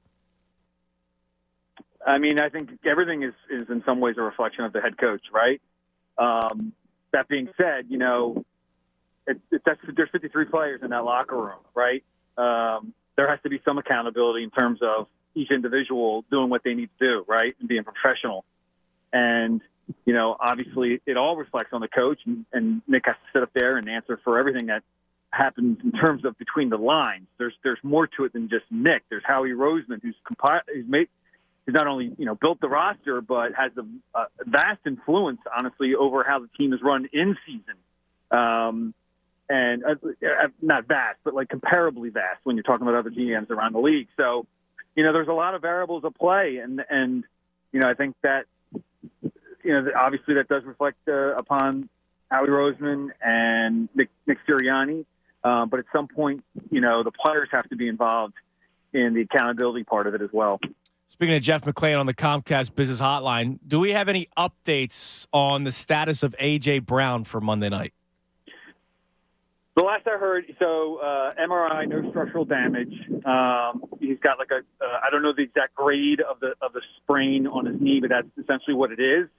You just got to see how it plays out. The doctors are going to have an influence over whether he plays or not. And the extra day of rest certainly can help. He was walking around the Novacare complex without any assistance or, no crutches and not really walking with a limp, last I heard.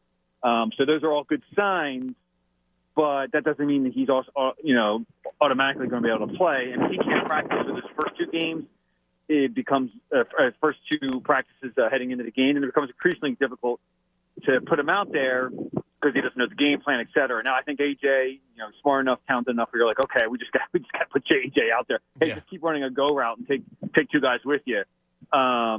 So I would lean, probably, more on the side of playing versus not, but it's still very early in the week.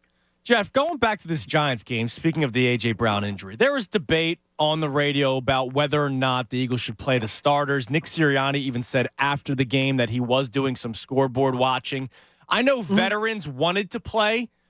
When you have a season-ending injury to Sidney Brown, and then once A.J. Brown gets hurt, do you think there was a mentality that went across that sideline of some of the vets that said, what are we still doing out here? Because it went from bad to worse after that. Yeah, well, maybe pull on a series earlier, but I just can't see how you go into this game resting, all the key players, knowing that there's a chance Dallas were to lose and the Eagles. I mean, that would just be ridiculous. He would be thrown out of town. So you're suggesting maybe a little earlier they should pull him. I was scoreboard watching. I mean, it was 10-0 Eagles when it was 7-7, I believe, down in Washington between the Commanders and the Cowboys, and then then they were up. Was it 14-10? I think Washington was up, and then it's kind of started to snowball in the Eagles, and right around the same time, the Cowboys scored 2 late touchdowns in the second half, and I think the second came after Nick had pulled them. I think it was 14-10 when he pulled them. I just wonder if there was a mentality shift from the players. Like, all right, they just saw A.J. Brown go down. They're like, why are we still out here? Yeah, well, I mean, also, after Jalen had hurt his finger, it was pretty clear that something was wrong.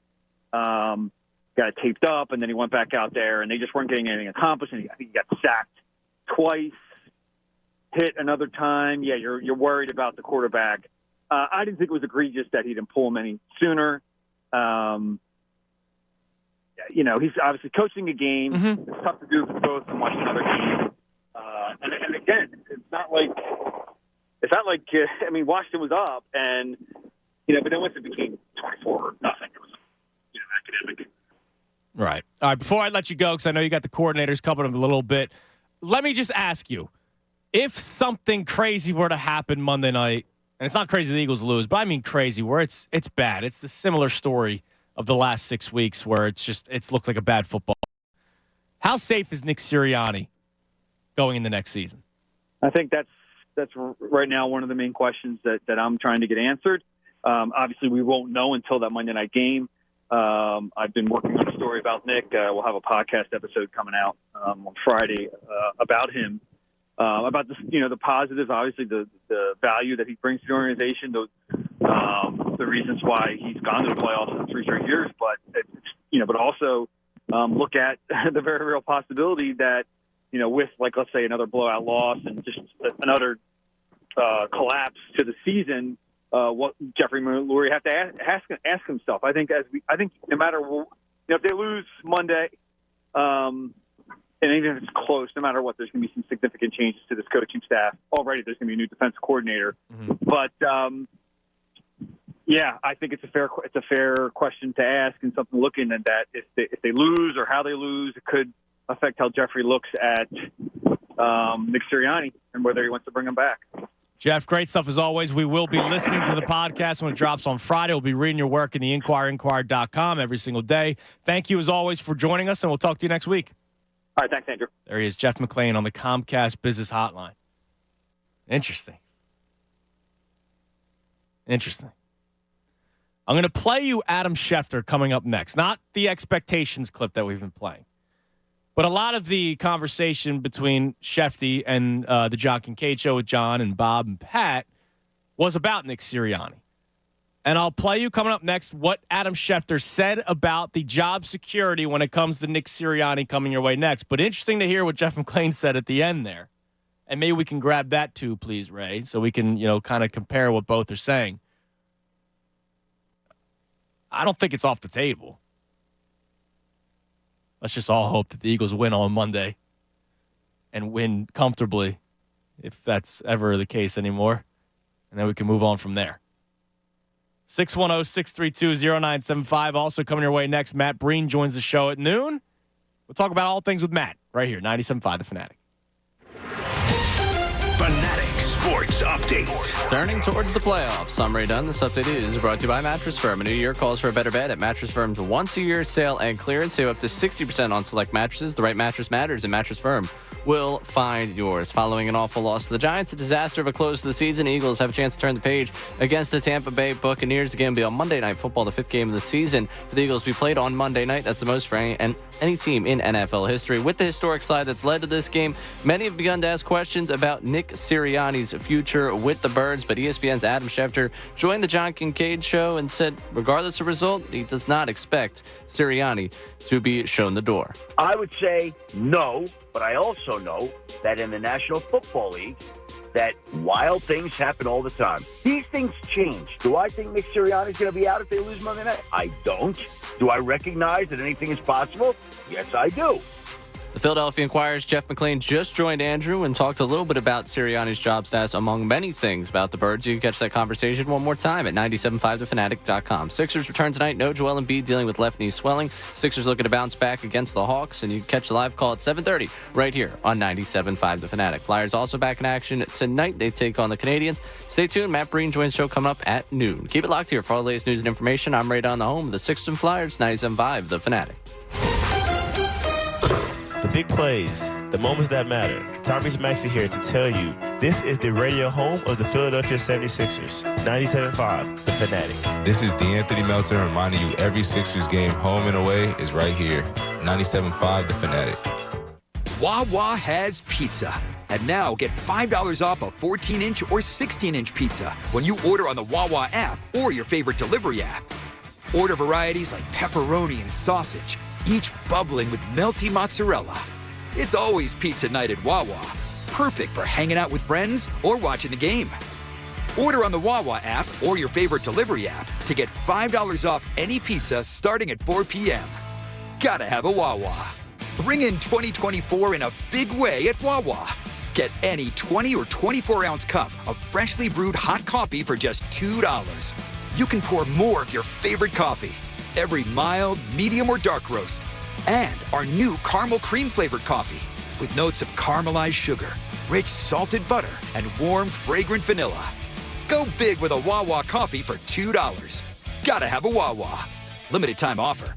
You know, winter is here, and if you've had enough of the cold drafts blowing through your living room and you don't want to be under layers of blankets and huddling on your couch, it's time. It's time to talk to the pros at Window Nation. Replace the old windows. Get quality, energy-efficient windows from Window Nation, and it's never been easier, and it's never been more affordable than you think. Right now, through the end of the month, you can replace the windows in your home, and you're going to pay no interest for 5 full years. That's a fantastic deal. And on top of that deal, Window Nation is also giving you 50% off all window styles. So if you have 20 windows, you end up paying for 10, and you've got no interest for 5 full years. Now, they're going to make sure that it fits right. They've got a great installation team, and you won't have to worry about leaky, dirty windows anymore. Your home value goes up. You're not paying interest for 5 years, and you get 50% off every style of window. Do your window shopping online at windownation.com. MiddaysOn.com. Every size, every style, every color. They've got all the options to fit your budget and your home. Call 866-90-NATION, 866-90-NATION, or visit windownation.com. Tell them John Kincaid sent you. We're going abroad for the first time in years.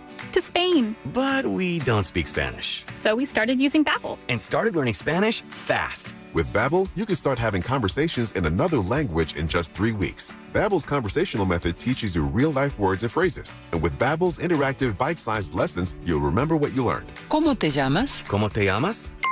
¿De dónde eres? ¿De dónde eres? When you learn a language, you want to actually use it. Babbel is designed with that goal in mind. In just 3 weeks, we're starting to have conversations in Spanish. Estoy muy emocionado para ir a España contigo.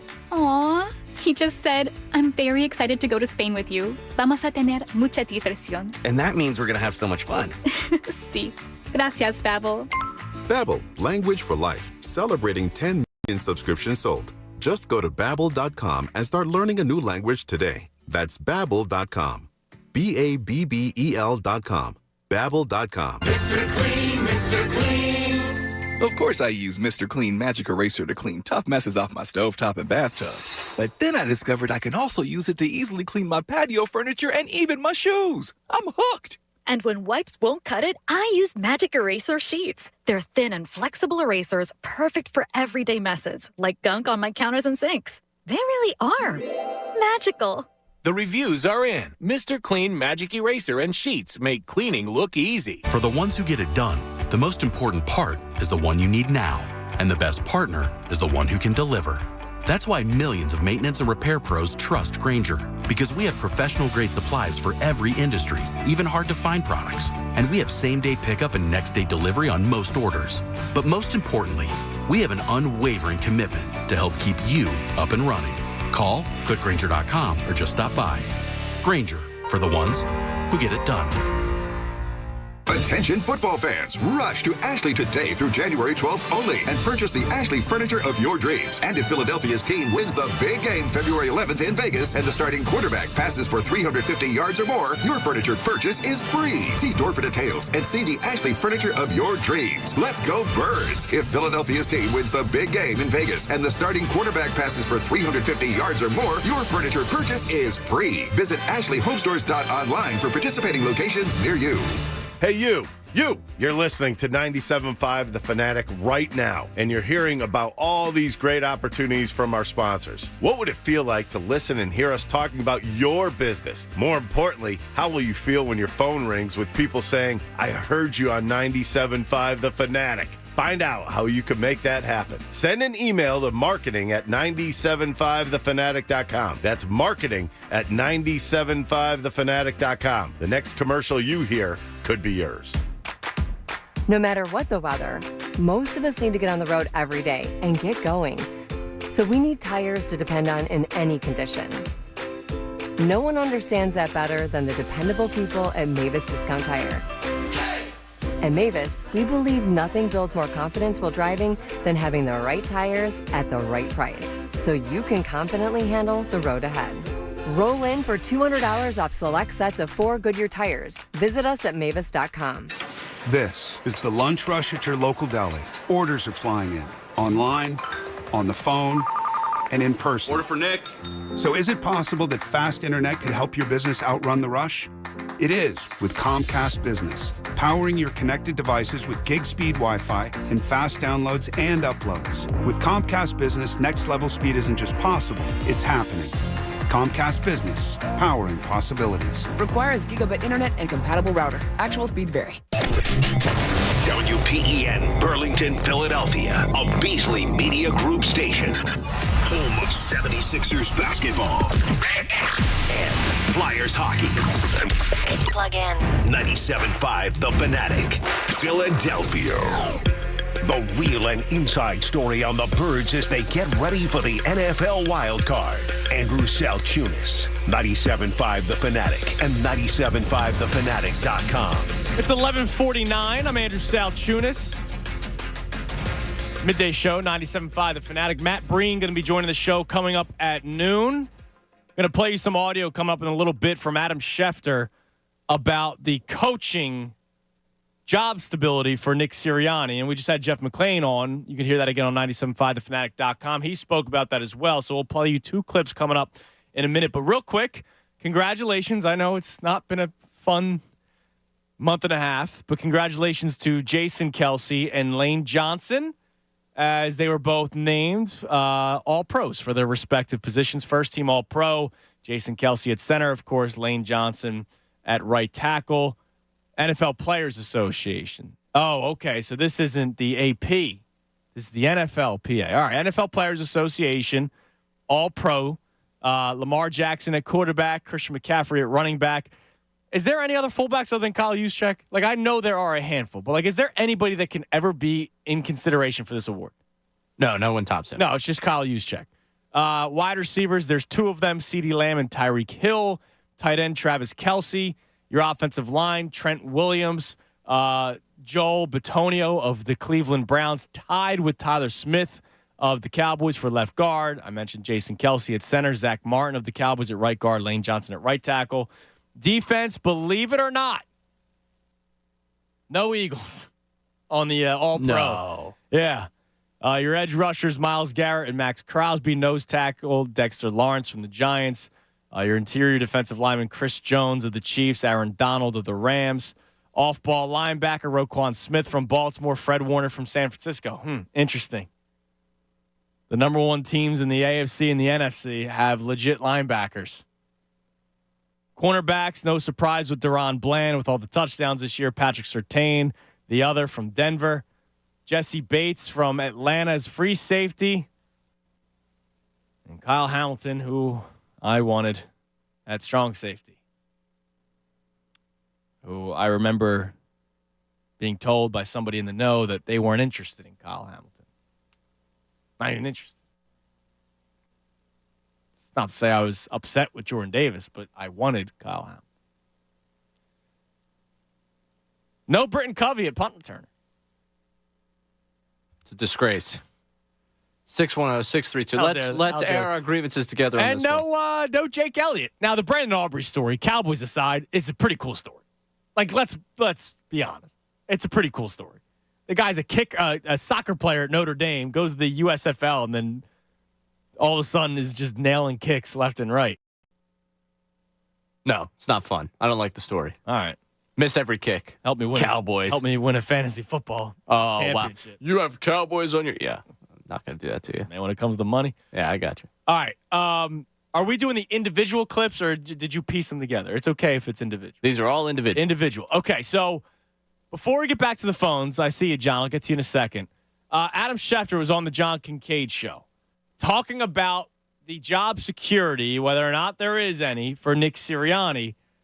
And quote number one, or cut number 1, Adam Schefter can't even believe that there's a conversation about it. What would be Nick Sirianni's strongest case for staying? Because right now, people are discussing it. I know. I just can't even believe this has become a thing. I can't even believe it. That this team that's gone to the playoffs in 3 straight years under him. Yep. The team that was in the Super Bowl under a year ago that should have won the game under him now is truly, from everybody out in the world, under fire. Like, everybody in Philly wants him gone. It's unbelievable to me how quickly this shifted. Now, it's not everybody in Philly that wants him gone, but I get what he's saying. There's a lot of people that want him gone. He is on the Philadelphia fan hot seat for sure. Now, is he saying he can't believe that it's a conversation that, hey, nobody should want him fired, or can he not believe it's a conversation because they were at one point 10-1 and the wheels fell off? Because that's the deal. They've dropped 5 of their last 6 games. That's why this is a conversation. I know Adam, he covers the league, right? So he's not living and dying with the Eagles. Now, he is on weekly in Philadelphia, so he knows the storyline of the Eagles, but I don't think it should be a shock that people are questioning his job security. I wonder if that's what Shefty means, like he can't believe it's a conversation because, wow, look at how bad it's been. I think it's the former. But let's face it, Shefty, like, they've lost 5 of the last 6 games, and they've been embarrassed in all of them. Even the game they won was bad. Now, here's cut number 2, also on the Sirianni job status. But you're not You're not in any. I want to make this clear. You're not criticizing fans for having that feeling, are you?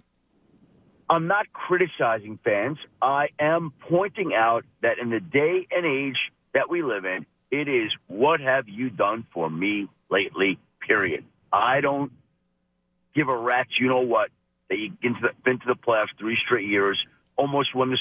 You're not winning now? Team's getting worse? Man, you better step it up or we want you gone.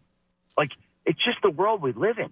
It's a function of these jobs and the scrutiny and the criticism and the life that they all have to live with, the immense pressure that they have. It's a lot. Like, I'm not criticizing it at all. I don't think it's very rational and very forward-thinking. It's immediate, like the world we live in. We want information right now. Well, there it is on X. We want, again, we want everything microwaved, everything, including our coaches. Now, that answers my first question. He does think it's probably a little unfair to be calling for the job of Nick Sirianni. But I will once again say to Schefter, it's not just like, oh, you were in the Super Bowl last year and now the team's going slightly downhill. They've lost 5 of the last 6 games, and there doesn't seem to be an answer. And that starts with the head coach. Now, I still believe he's back next year. We talked about this last week. But then when you lost to the Giants, I'm not as confident. I brought this up with Tom yesterday, Ray. We did the time capsule. Last week, I said Nick Sirianni will be here through 2024, even though he's been on the Philadelphia fan hot seat. I can't say that as confidently today. I can't. And if they lose to the Buccaneers, or if they scratch and claw their way to a victory against the Buccaneers and then get beat up in the second round of the playoffs, I can't say that with confidence. Oh, no. No, he doesn't deserve that. As the head coach of the Philadelphia Eagles team that has been spiraling out of control and doesn't have answers. They're not losing because they're not talented. Like Mike Vrabel, to me, was unfairly fired. They don't have much talent on that team. Ryan Tannehill, Malik Willis, and Will Levis all played quarterback this year. I think he is a good coach that found himself on the wrong end of things snowballing. Okay. Like Vrabel, a season ago, November 2022, they are 7-3 coming off a victory in Lambeau. Okay. They lose 7 consecutive games, and bad. things snowballed this season. I don't think Vrabel is a bad head coach. Didn't Malik Willis take over at that point? It's 7 straight losses, though. He stinks. Yeah, but he should not be in the NFL. They have to lose 7 consecutive games. It's basically a wildcat offense. Okay, then you come back this season and you figure it out. Your messaging has to be enough to get you back on track this season. You only win 6 games. Yeah, it's pretty bad. Yeah, I think he's a good coach. But I also don't think they lost because of, they were, like the Eagles are a talented football team. You put those 2 rosters together, it's not even close. Right, absolutely. But I think Vrabel, at this point, they saw that it was time for things to be shook up. Like, I also think I'm not it was living errors by the general manager. Oh, yeah. And they traded A.J. Brown. That was stupid. But when a coach loses his job, is it ever just solely the coach? No, it's not. So, to me, I think they look at it as circumstance. Do I think the Titans are a forward-thinking, ahead-of-the-curve organization? No. Am I today sitting here lauding, singing their praises? I think he's a good football coach that victim of circumstance and also victim of just what happened there. Like, and that's, we could find out but the situations are different. Like Nick Sirianni, like it's not just a snowball because maybe Malik Willis is playing quarterback. It's a snowball because things happen. Messaging has gotten lost or something. Yes. There's too much talent on this team. Like you can't just go, well, the defense gave up so many points. Yeah, they did, but the Eagles offense didn't score points against the Giants this past week. The Eagles offense didn't score points against the Seattle Seahawks. They didn't score points against the 49ers or the Cowboys. All right, one more. If the Eagles lose, Sirianni is ... Here's the answer. Do you believe if they would lose at Tampa that Nick Sirianni could find himself out? I would say no. But I also know that in the National Football League, that wild things happen all the time. And, Nobody thought Mike Vrabel was going to be out. There were reports a month ago that he was safe for the next 10 years. And a month later, he's out. Right. So these things change. Do I think Nick Sirianni's going to be out if they lose Monday night? I don't. Do I recognize that anything is possible? Yes, I do. All right. He believes anything is possible. Ah, man. I need Monday to come here, like now. Shame on the NFL for making us wait an extra day. All this pain that we've been dealing with. Let's go to John in Ben Salem. John, you're on the Fanatic. Hey, Andrew. How you doing, man? Good, John. Listen, before my take on the Eagles here, all positive, of course.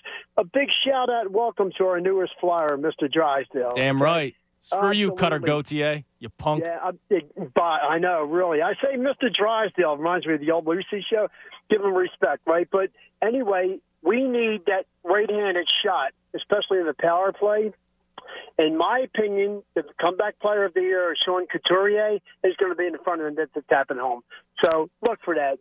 Welcome on board, my man. The Eagles, they're going to win. They're definitely going to win. I can't really analyze, but the offensive line and the defensive front four, if they play better, and I'm sure they will, we're going to win. We're going to win. That's the key to it all. I don't know if the defensive line plays better. I think they've played way too many snaps this year, and that's the saddest thing, which is why I wanted them to not play Monday or last Sunday against the Giants. Yeah, I agree with that. But when the offensive line plays better, we run the ball more, and we're healthier. They're going to be off on the field. Coach has got to call the run, John. All right. Coach has got to call. I'm with you. They should win Monday. I will say it again. I'll say it till I'm blue in the face. They should win Monday. If they don't, it is a huge collapse. I agree. They're going to win. They're going to win. They're a better team. We're still the NFC champions, and Sirianni is going to be here next year. No doubt about it. He's too good. All right, good John. record. I appreciate your confidence and your positivity. Thank you for the call. All right, let's head to the Comcast Business Hotline. On a Breen Day. Joins us every single Wednesday from the Inquirer, Inquirer.com. That, of course, Matt Breen. Matt, what's up, man? What's up, Andrew? How you doing, man? I'm doing good, personally. But, I feel like I've been saying this to every guest over the last 6 weeks. Like, I'm fine, but could be better. It is sucked, and now we're going to the playoffs, and the worst thing is we have to wait until Monday. But, that's besides the point. Matt, I've been asking people if they can get fired up for the game on Monday. Do you get a sense that this city has anywhere near the same energy they normally would going into a playoff game? No. I mean, and I don't blame anybody for not having that juice. But it does not, you think about every playoff run and season, there's that first game, there's energy and you're excited for that game. And now it's, I'm not saying it's like you almost don't believe it doesn't feel like a playoff game. It doesn't feel like people are in the playoffs right now. It's very weird. I can't think of a playoff season that compares to this, just because of it's like you're waiting for it to end. But if they win Monday night, then you have juice going into if it's Dallas or San Fran in the next round. Matt, I want to play something for you, Ray. If you can have the Adam Schefter expectations clip. So we're trying to figure out what the hell's going on with this team. And, could it be coaching or could it be scheme? Could it be some players not playing to their full ability? Adam Schefter joined the John Kincaid show earlier today and talked about expectations being a bit of an issue. Take a listen to this. I think part of the problem is that the expectations were so high and everybody's been so spoiled by the success of this team that even if it went through adversity this year and didn't play up to the level that they established last year, it never was going to be good enough. What do you make of that, Matt? I don't know. I don't agree. Neither do I. The expectations, I don't know if he means nationally or if he means in the city. But the expectations were obviously to win a Super Bowl. I think, just so you know, I think he meant locally and with fans, because we played a couple of clips before we brought you up about the Nick Sirianni's job status, and he kept on talking about fans, and what have you done for me lately, that kind of stuff, and that's why he's even on the hot seat locally. So I do think he means specifically the fans, and I don't think that's fair when they were 10-1. For sure. And even if there was a rough patch, like if the rough patch consisted of, say they lost to the Niners and then they lost that Bills game that they won. Say they lost that and that was the rough patch. That live with that. You understand that. But this was not a rough patch. This could be, because it's not over yet, so we don't know how it's going to end. But this could be a historic collapse, not a rough patch. So I think nothing to do with it. The expectations for this team were no different, really, than any other contending team. Had the same expectations as the Eagles did, even though they won the Super Bowl last year. So, yeah, I don't get that. I think people try to read the market without being in the market. No disrespect, Adam Schefter, obviously. You respect the hell out of him, just like I do. I mean, he's the best at what he does, but he's not living this day by day. And I said this earlier, Matt. Like if they started 2-2. It would have been a disappointing start to the season because they didn't have a difficult schedule with the Patriots and the Vikings and the Bucs and the Rams. But if they start the season 2-2 and then finish the season 9-4, getting you to 11-6, you go, all right, well, they're coming off the Super Bowl and, it's tough to come back after playing all those games that deep into the season. But the fact that they are 10-1 and dropped 5 of the last 6 games and even that one victory was a mess, I don't see how you can say, oh, man, the fans have been too harsh on them. No, not at all. I mean, even when they were like the Jets loss, and then you have the Commanders win, that was almost a loss. And, like they were barely winning, or they were winning in weird ways. But from what I could feel was still positive. Like people weren't, that you're winning, but that's not meeting expectations. So I didn't get that vibe from the city at all. I just got, and even when this started, the rough patch started, I think people didn't want to believe it, that it was like a collapse coming. Remember, we talked a couple weeks ago about this team. This team felt to me like the 2008 Giants, and people were like coming at me on Twitter, like, how stupid that sounds. But it's like, I think people, and rightfully so, like they didn't want to turn on this team, and then it just took a lot for it to happen, for the for the energy of the fans to realize this team was not meeting expectations to get to the point we are now. So I think the fans, have been fine, have been supportive. They're also, like, people in this market are smart, they're realistic, and they can see what they're saying. We're speaking to Matt Breen on the Comcast Biz Hotline. Now, Matt, I am reading this tweet for the first time. I'm going to read it. I know what you're talking about. I'm going to read this out loud from Adam Schefter, who we just mentioned. The Carolina Panthers are expected to interview Eagles offensive coordinator Brian Johnson for their head coaching job. Your thoughts? I would be stunned if he got that job. I would be thrilled. How about that? Yeah, that's fair. That surprised me, though. I saw that, and that was a guy that if this was a good season, then he's. Same with Sean Desai. Like, you saw it last year. Both coordinators went to become head coaches. So they were in a great spot to have good seasons, make a name for themselves, and then go on elsewhere as head coaches. But I didn't think that happened. Obviously, definitely not for Sean Desai. I did not think Brian Johnson put himself in that conversation. But Carolina Panthers think so, or at least they're going to interview him and see what he has. And speaking of coordinators, I think the coordinator they're going up against this week, Dave Canales, is a guy that should be being interviewed for head coaching jobs. And I think if that's to me the biggest mismatch this week is the Dave Canales offense, which you look at, like you can quickly throw out Baker Mayfield, but then you got to look at, this is an offense that Baker Mayfield threw 4,000 yards, right? In an offense that is creative. It's everything that I wish the Eagles' offensive structure looked like. Absolutely. They don't run the same 4 plays. Yeah, they get the ball in the hands of their best players. They put Rashad White out, use him as a wide receiver. Which is what we heard all throughout training camp, Matt. All throughout camp. Oh, look, DeAndre Swift is lined up on the outside. They're going to do so many things with him this year. And they haven't. No, and that's like a Rashad White is a very similar player to DeAndre Swift. You can use him in one ways, and they just they use them. They use their best players. He has the second most touches in football behind CMC, and that's obviously there's only one Christian McCaffrey, but right. Everything said if you have a player with that similar skill set, you should be using them the same types of ways. And I think that's, if this thing ends Monday night, which I'm expecting it to end, but obviously we've seen crazier things. This is defending NFC champions. Maybe they turn it on and they snap out of it. But if it ends Monday night, I think you will see the new offensive coordinator in here next year, no matter what. And to me, I'd like to see, like, get that next guy. The Panthers went out and they went to college a couple years ago and went and got Joe Brady, who was a passing game coordinator at LSU. And it was like the next big thing. And had a tough time in Carolina because, the personnel was bad, structure was bad. Goes to Buffalo now, for season around. So it's like, go and find the next creative offensive play caller. And this offense, you have the personnel, you have talented guys. You just need, like, the other teams are playing chess with their offense, and it just seems like the Eagles are playing football. It just makes sense. It's just very simple, and I think you're going to see an offense on Monday night that you're going to go against. It's kind of one of those teams that plays chess.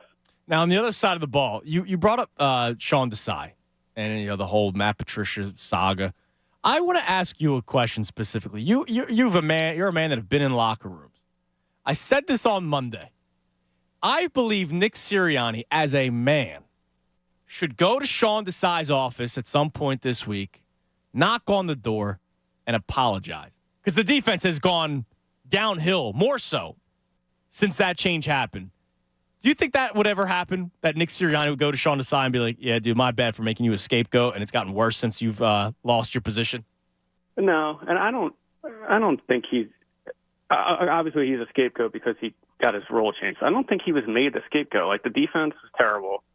They went to make a change. They had an experienced coordinator in the house that they tried to switch with. It didn't work. And that's just what happened. I don't think he was like, it makes the Sean Desai look bad, but it's not like Sean Desai was running a great defense and then they made the change. So it's business. It's a shame that, like I said, about these guys to become, this whole point of this job is to become a head coach. And this definitely set back Sean Desai's career development. But so did having a really poor defense for the first 75% of the season. So it's part of the job, and it's Nick Sirianni's job to make tough choices, just like it's going to be Jeffrey Lurie's job to make better choices once the season's over. Yeah, and we could see if there's a bigger choice. Matt, before I let you go, what do you got coming up with the Inquirer now that you're back on the clock? Yeah, so I'm back to work. We have a story tomorrow. I think it's going on tomorrow. I just filed it about Lane, the Walter Payton Man of the Year candidate for the Eagles. And a lot of people know about his mental health outreach that he's done, but he also has been doing this thing this season on the night before every road trip. He invites the Goldfarb family to the team's hotel, whether in Dallas or New England or Kansas City, and he meets with a Goldfarb family, which is someone that had their son or husband or spouse or wife died in combat. Mm-hmm. So he meets with them, and the foundation he's working with to connect is a local Travis Mannion Foundation, which a lot of people around here know about. And it's a Marine from Doylestown that died in Iraq and was a diehard Eagles fan. And a lot of their, just in the way things work, is that a lot of their foundational phrases came from what Travis Mannion said in the Eagles game once. So, and now they're helping Lane Johnson. Just the small world, things connect, and Travis Mannion's got a really inspiring story that I'm sure a lot of people already know, and the way that it's resonating with Lane Johnson and what he's doing is just pretty cool. Yeah, that's beautiful. Thank you for doing that kind of story and just opening the eyes of more people. That's great. And oh, by the way, in case you missed it, Lane Johnson just named from the NFL Players Association All-Pro. NFLPA's All-Pro as a right tackle this season. So good for Lane Johnson. That's great. Can't wait to read the story tomorrow. Matt, it's going to be awesome. Thank you as always for joining the show, and we'll talk to you next week. Thanks a lot, Andrew. Take care, man. There he is, Matt Breen from the Inquirer, Inquirer.com on the Comcast Business Hotline. All right. Coming up next, we may hear from Brian Johnson. I know the coordinators are speaking. Let's see. Is anyone going right now? Yeah, Matt Patricia's going right now. I'll give you some updates from the Patricia press conference as the reporters tweet out some quotes. We'll see what he has to say because that man's got no answers. And then we'll play Brian Johnson's press conference whenever he speaks. It'll probably happen next segment. Last week, he killed any sort of energy I had left when he talked about those 3 plays on that second-to-last drive against the Cardinals, the 1st and 20, 2nd and 16, 3rd and 19, and he was still totally fine with those play calls. That killed any energy I still have with the Eagles.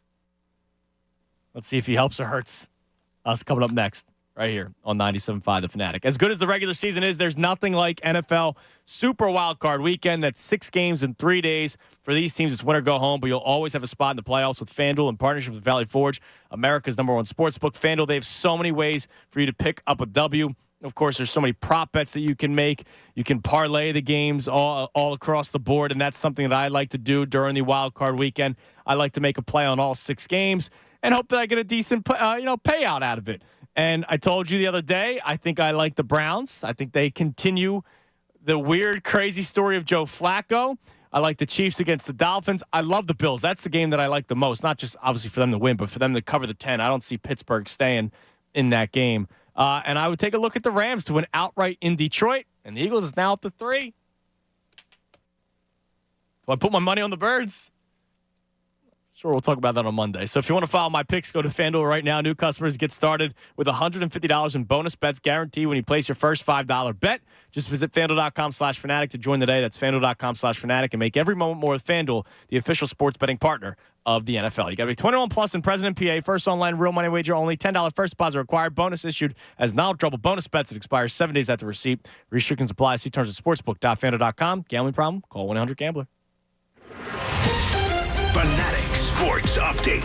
Turning towards the playoffs, I'm Ray Dunn. This update is brought to you by Unbound.org. A girl in Kenya dreams of becoming a doctor. An elder in Guatemala dreams of being part of a community. Reach out and change their world that will change your own. Unbound.org. Following the awful loss to the Giants and a disaster of a close to the season, the Eagles have to turn the page to the Tampa Bay Buccaneers. Game will be Monday Night Football. The 5th game of the Eagles season will be played on Monday. That's the most for any team in NFL history. With the historic slide that's led to this wild card round matchup, many have begun to ask questions about Nick Sirianni's future, but ESPN's Adam Schefter joined John Kincaid's show this morning and said that he does not expect Sirianni to be shown the door.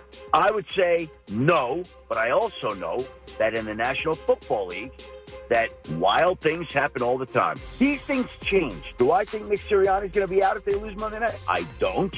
Do I recognize that anything is possible? Yes, I do.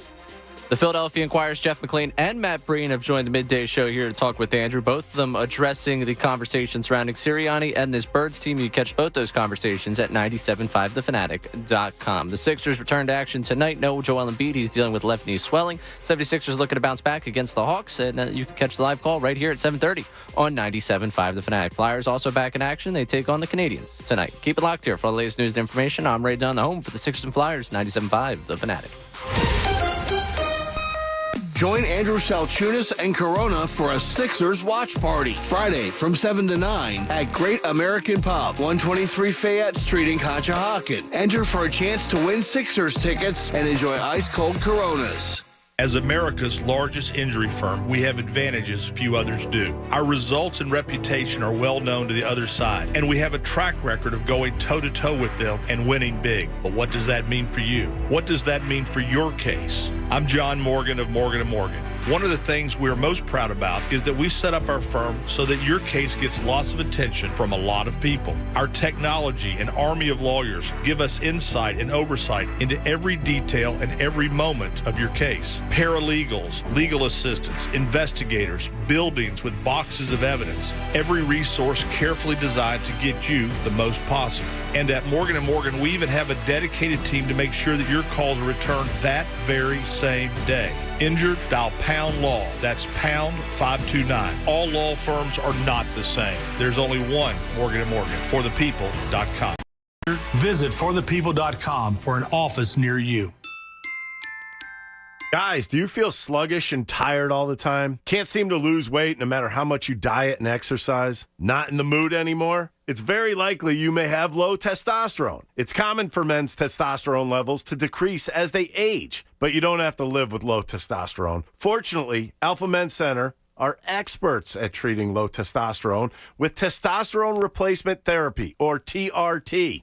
TRT treatments at Alpha Men's Center can be a real game changer, offering a multitude of benefits such as increased energy, improved mood, and enhanced muscle mass. It's very simple. You go into Alpha Men's Center, you meet the doctor, they tell you exactly what to expect, they give you a blood test, and you are on your way. So when you're ready to take the first step to renewed you, book your consultation at alphamencenter.com. The TRT consultation is only $99, which includes the visit and blood work. That's alphamencenter.com. Book today.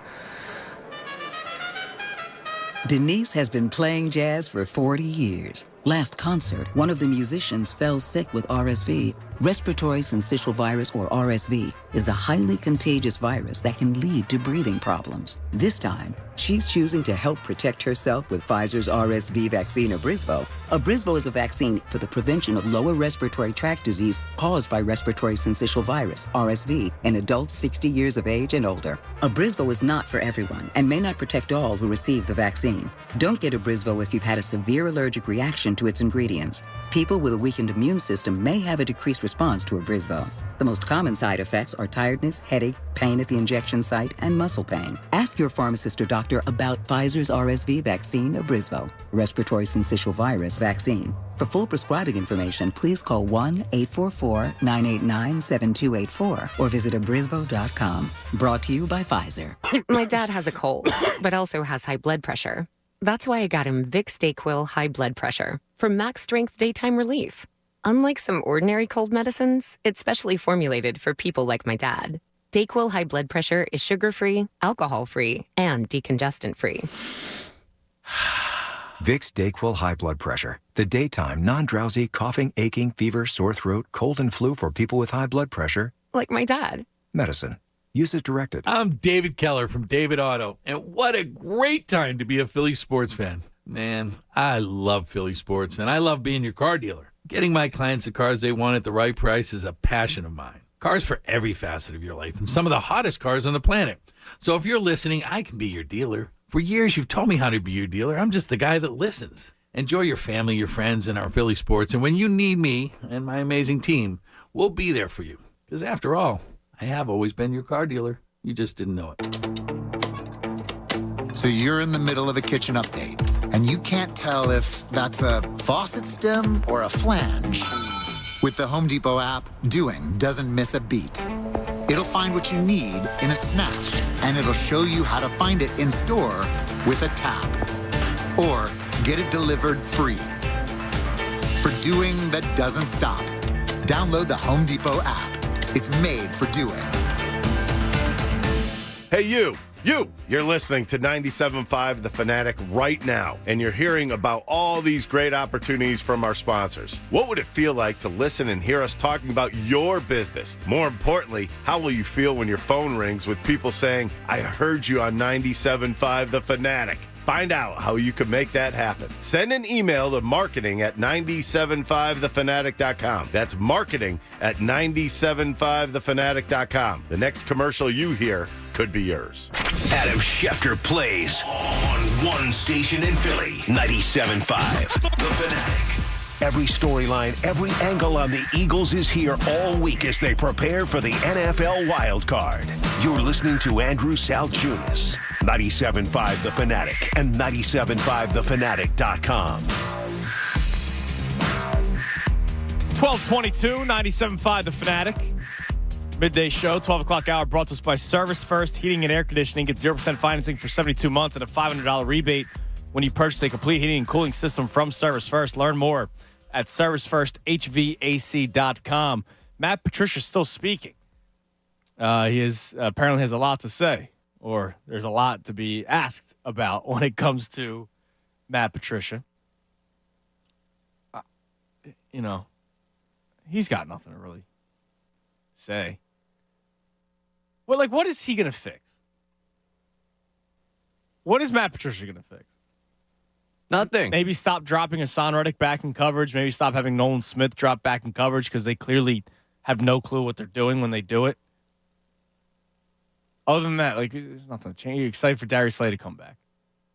The fact that he was so arrogant that after a week of us asking why Reddick was in coverage 7 times, on the first play of the game, he put Hassan Reddick out there in coverage. I can't stand the guy. I'll be honest. I can't stand the guy. Couldn't stand the guy when he was in Detroit. Couldn't stand the guy when he was in New England. Now he, and we're so, and we put up the poll. We talked about it when they made the change. Oh, it can't get worse, right? Yep. It can't be worse. It what's worse than getting crushed by the 49ers and Cowboys? Have your defense picked apart by the Cardinals and the Giants. Yeah. That's worse. I mean, and that's what's happened. This guy, for all that he's, he was a confidant of Belichick's in New England, and that For all that, we would talk, he's a rocket scientist or whatever it is, that's the reason he's got the pencil behind the ear and he's so intelligent. He's so bad. Yeah, he's really bad. So bad. Now, the talent's really bad, too. Yeah. But it's gotten literally gotten worse. Statistically, it has gotten worse since Matt Patricia has taken over. And that whole third down thing. Yeah, the down team. Taking away third downs from Desai. Which, again, it wasn't great, but it got worse. And that's terrible. God, all right, he's finally done speaking. Do you think the Panthers will interview him, request to interview him for head coach? Man, talk about stock down. Patricia. Yeah, he lost any chance of maybe getting a job after this. So Josh just put this up. 18 minutes? Oh, my God. Matt Patricia spoke for 18 minutes and 31 seconds. And poor Josh, who's in the back, listened to the whole thing. He said he didn't say a damn thing. I mean, I don't know what he can't say. Forget that it's Matt Patricia. Defensive coordinator of the Philadelphia Eagles right now. Is there anything to say? There's really nothing to say. No, there's nothing to say. The defense is just a mess, and it's not going to get any better anytime soon. But the fact that Matt Patricia has been doing things differently with his play calling that have made it worse for the Eagles, that's the thing that's scary, that this defense that you didn't think could get worse got so much worse. All right, we'll hear from Brian Johnson at some point. Hopefully it happens during this segment. We'll keep you abreast on that. Let's go to the phones. Chuck in Jersey. Chuck, you're on the Fanatic. Hey, guys. How we doing? What's up, Chuck? There's no question Nick should be looked at very closely. He certainly hasn't had a great year, and I don't know if they tuned him out. But, in his defense, he didn't build a team with linebackers off the street, old corners, bad safeties, undrafted free agents, how he built the team. And for whatever reason, it seems that all the heat's coming down on Sirianni. Who's holding Howie accountable? I think that will change come off season if we don't see any changes in terms of personnel, Chuck, because here's the thing. So you talked about the lack of linebackers, the old corners, and all this other kind of stuff. They were in the Super Bowl last year. Now, I know they lost 5 starters, and maybe he should pay a guy like T.J. Edwards, who, by the way, did go back to his hometown. So, I think that was part of it. But this roster that we saw this year was a lot of the roster that was at the Super Bowl last year, and nobody was, crapping on Howie Roseman last season. Well, 5 starters is half a defense, so it's not basically the same defense. And the arrogance to think that linebacker doesn't matter when it's mattered for 50 Oh, yeah, I agree, especially when you look at we just went through the All-Pros. It's Fred Warner and it's Roquan Smith. They're linebackers for the 49ers and for the Baltimore Ravens, the 2 top teams in their respective conference. Yeah. I don't disagree with you, Chuck. I'm just thinking I don't think there is a Fire Howie group of people yet like it was a couple of years ago when the whole Carson Wentz saga was going on and he was drafting players that nobody heard of, like Davion Taylor. He was drafting Jalen Hurts, who I know it's worked out, but it was at the time where you did have Carson Wentz, and you could have drafted a different receiver or a safety or a linebacker. They drafted Jalen Reagor over Justin Jefferson. I think because he has rebuilt a team again that got him to another Super Bowl, he'll get this offseason to try to fix things. I'm not advocating he loses his job. I just think he has to wear some of the responsibility. Yeah, and we've talked about him. I mean, we did a whole show on it a couple of weeks ago, and thanks for the call, Chuck. We did a whole show on it a couple of weeks ago about Howie Roseman and where we are, what's the temperature on Howie Roseman. It's a shame that Chuck didn't call in that day. But we did that whole show, 2 weeks ago? It was after the Cardinals game, going into the Giants game, or was it last week? Oh, last week. So, last week going into the Giants game, I did a whole show on the temperature of Howie Roseman and where we're at. I brought up the story about last year, 2022, NLDS Game 3, the Reese Hoskins bat spike game. They showed Nick Sirianni on the big screen in between innings, and the crowd went wild. They showed Howie Roseman on the big screen, and there was a smattering of boos all across Citizens Bank Park. And that was when the Eagles were undefeated at the time, and I thought that was wrong to do. And I asked the question last week if Howie Roseman, that's right, it was Thursday because I was at the Sixers game Friday. I said, I'm going to be at the Sixers game tomorrow. If Howie Roseman was shown on the big screen now, what would that reaction be? I wonder if there would still have been a smattering of boos because he also would have been on the big screen when the Eagles address dropped. Full pretty bad spot at that point. But Howie Roseman has gotten heat, but this team is too talented, at least offensively, that he built, and it's just not playing to the standard, which is what we always hear. The offense is not playing to the standard that we want them to play at. And because that's the case, that doesn't come down to Howie. That comes down to coaching, coordinator, and players, including the quarterback. And you're going to be it's going to be harder pressed for people to go with the fire Howie after one Super Bowl victory and one Super Bowl appearance. We've seen him rebuild the roster, reshape the roster both times. Like, it's going to have to take more failure this time around for people to get to the fire Howie crowd. One Super Bowl appearance or one Super Bowl win, people, okay, write that one off. And then you go to a second Super Bowl where you had to rebuild one more time. And, people are probably inclined to, what's Howie 4.0, whichever 0.0 we're on at this point. I think that it's going to be a little bit longer because he's giving you the proof that he can turn it around and turn it back with, different setups within this organization. You've seen Sirianni build. You haven't seen Sirianni, retool and push it back, which is why you'll question Sirianni first. Brian Johnson, we saw what it was last season. So immediately you get compared to what last season was. Right. And that's why you get upset with him first. The players on the field, you get upset with them because you know what they were and what they are right now. So I think it's going to take its time. We're going to get to Howie at some point. Howie, I imagine we're going to hear from at some point. And he has to. Once the season's over, right. He always has to have the press conference. So we'll have the conversation following that. So, we'll eventually get to the Howie conversation, but it's been so bad. Yeah. Right, given the talent, it's been so bad. Now, defensively, the linebackers and the 2 30-year-old corners, which, once again, I'll be on the record again and say I was in favor of both Darius Slay and James Bradbury because I thought Darius Slay got too much heat because of his Super Bowl performance, even though he was great all of last season, and James Bradbury was literally an all-pro. So why wouldn't you want those two guys, especially when you were able to rework the deal of Darius Slay? And it's not like the Eagles didn't focus on linebacker during the draft and the undrafted free agents. They did grab depth at the cornerback position. Linebacker was just abysmal. And we questioned that before the season started. We questioned safety before the season started. We wanted them to trade for Budda Baker before the season started. And it didn't happen. And they went with Reed Blankenship, which clearly isn't necessarily working.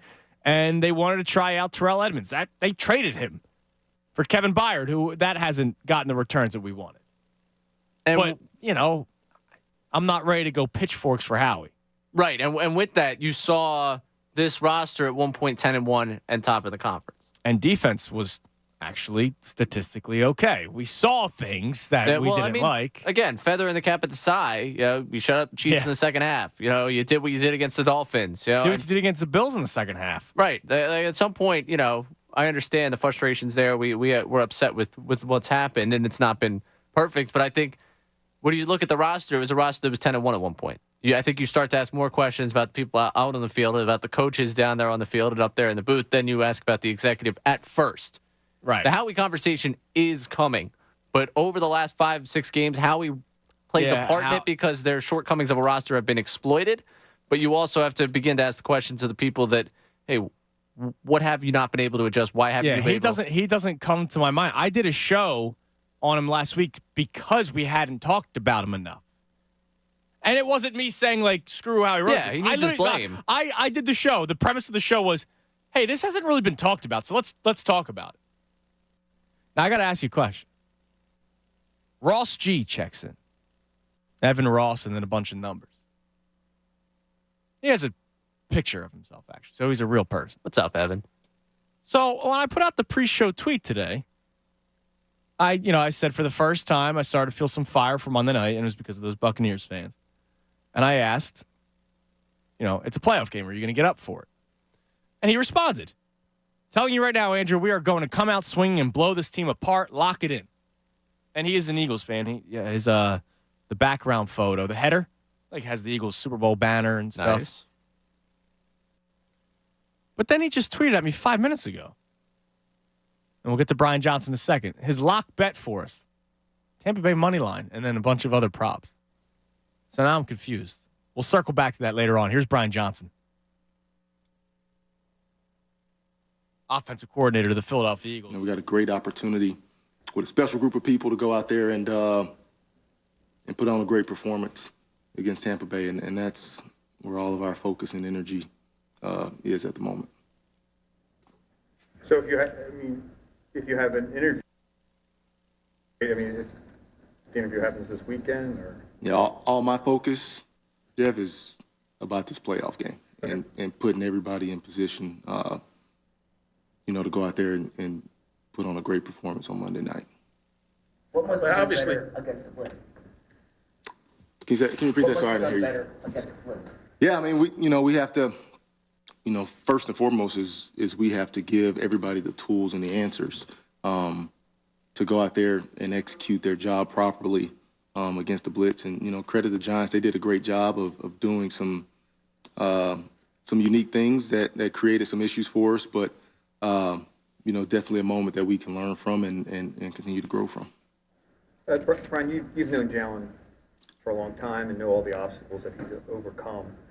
Do you think that's hardened him? And I mean that in both senses of the word, and that he's gotten stronger, but also, that maybe he's all a little harder, more difficult to get to know because he's gotten harder. I think Jalen has a very unique story, and he's had some very unique experiences in his football life and in his short football career. But I think, he's a guy that his teammates have a ton of respect for, and he's a guy that's extremely consistent, day in and day out, being the same guy every day, holding himself to the same standard, to the same foundational, goals that he's had since he's been a youngster. And, I think all of us have our own unique experiences and stories who kind of help shape who we become as men. And, Jalen's no different. It seems like opponents have used a lot more cover 6 and cover 4 against you guys this year. How would you describe it? Seems like it disguised that pretty well in some ways. How does that complicate what you do offensively? How does that present a challenge? Well, I think it varies on the game. You mean just per game or just total? What are you saying? Are you saying just overall? Overall, in the last couple of games, the percentages are higher than what they did last year too.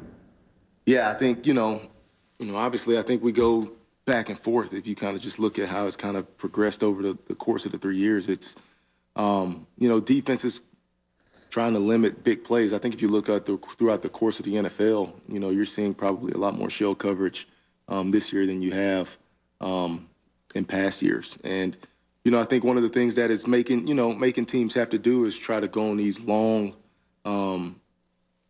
drives to go down and score. We talked about this a little bit a couple weeks ago in terms of, being able to generate explosive plays. So, a lot of people, in the past couple of years, there'll be times where you get a lot of single high press man and the ball's up and you're getting some shots, but that hasn't been the case this year. So we've had to find some different ways to generate some of that stuff. Over the last 6 games, what are you seeing? I mean, obviously, the offense hasn't been firing on all cylinders, but what are you seeing specifically from Jalen as far as our defense is adjusting to him better? What do you see as the difference from maybe earlier in the year with him? Well, I think, to be completely honest with you, I think that the last couple of weeks, Jalen has been playing some really, really clean football in terms of what he's seeing, what he's processing, how he's looking at it.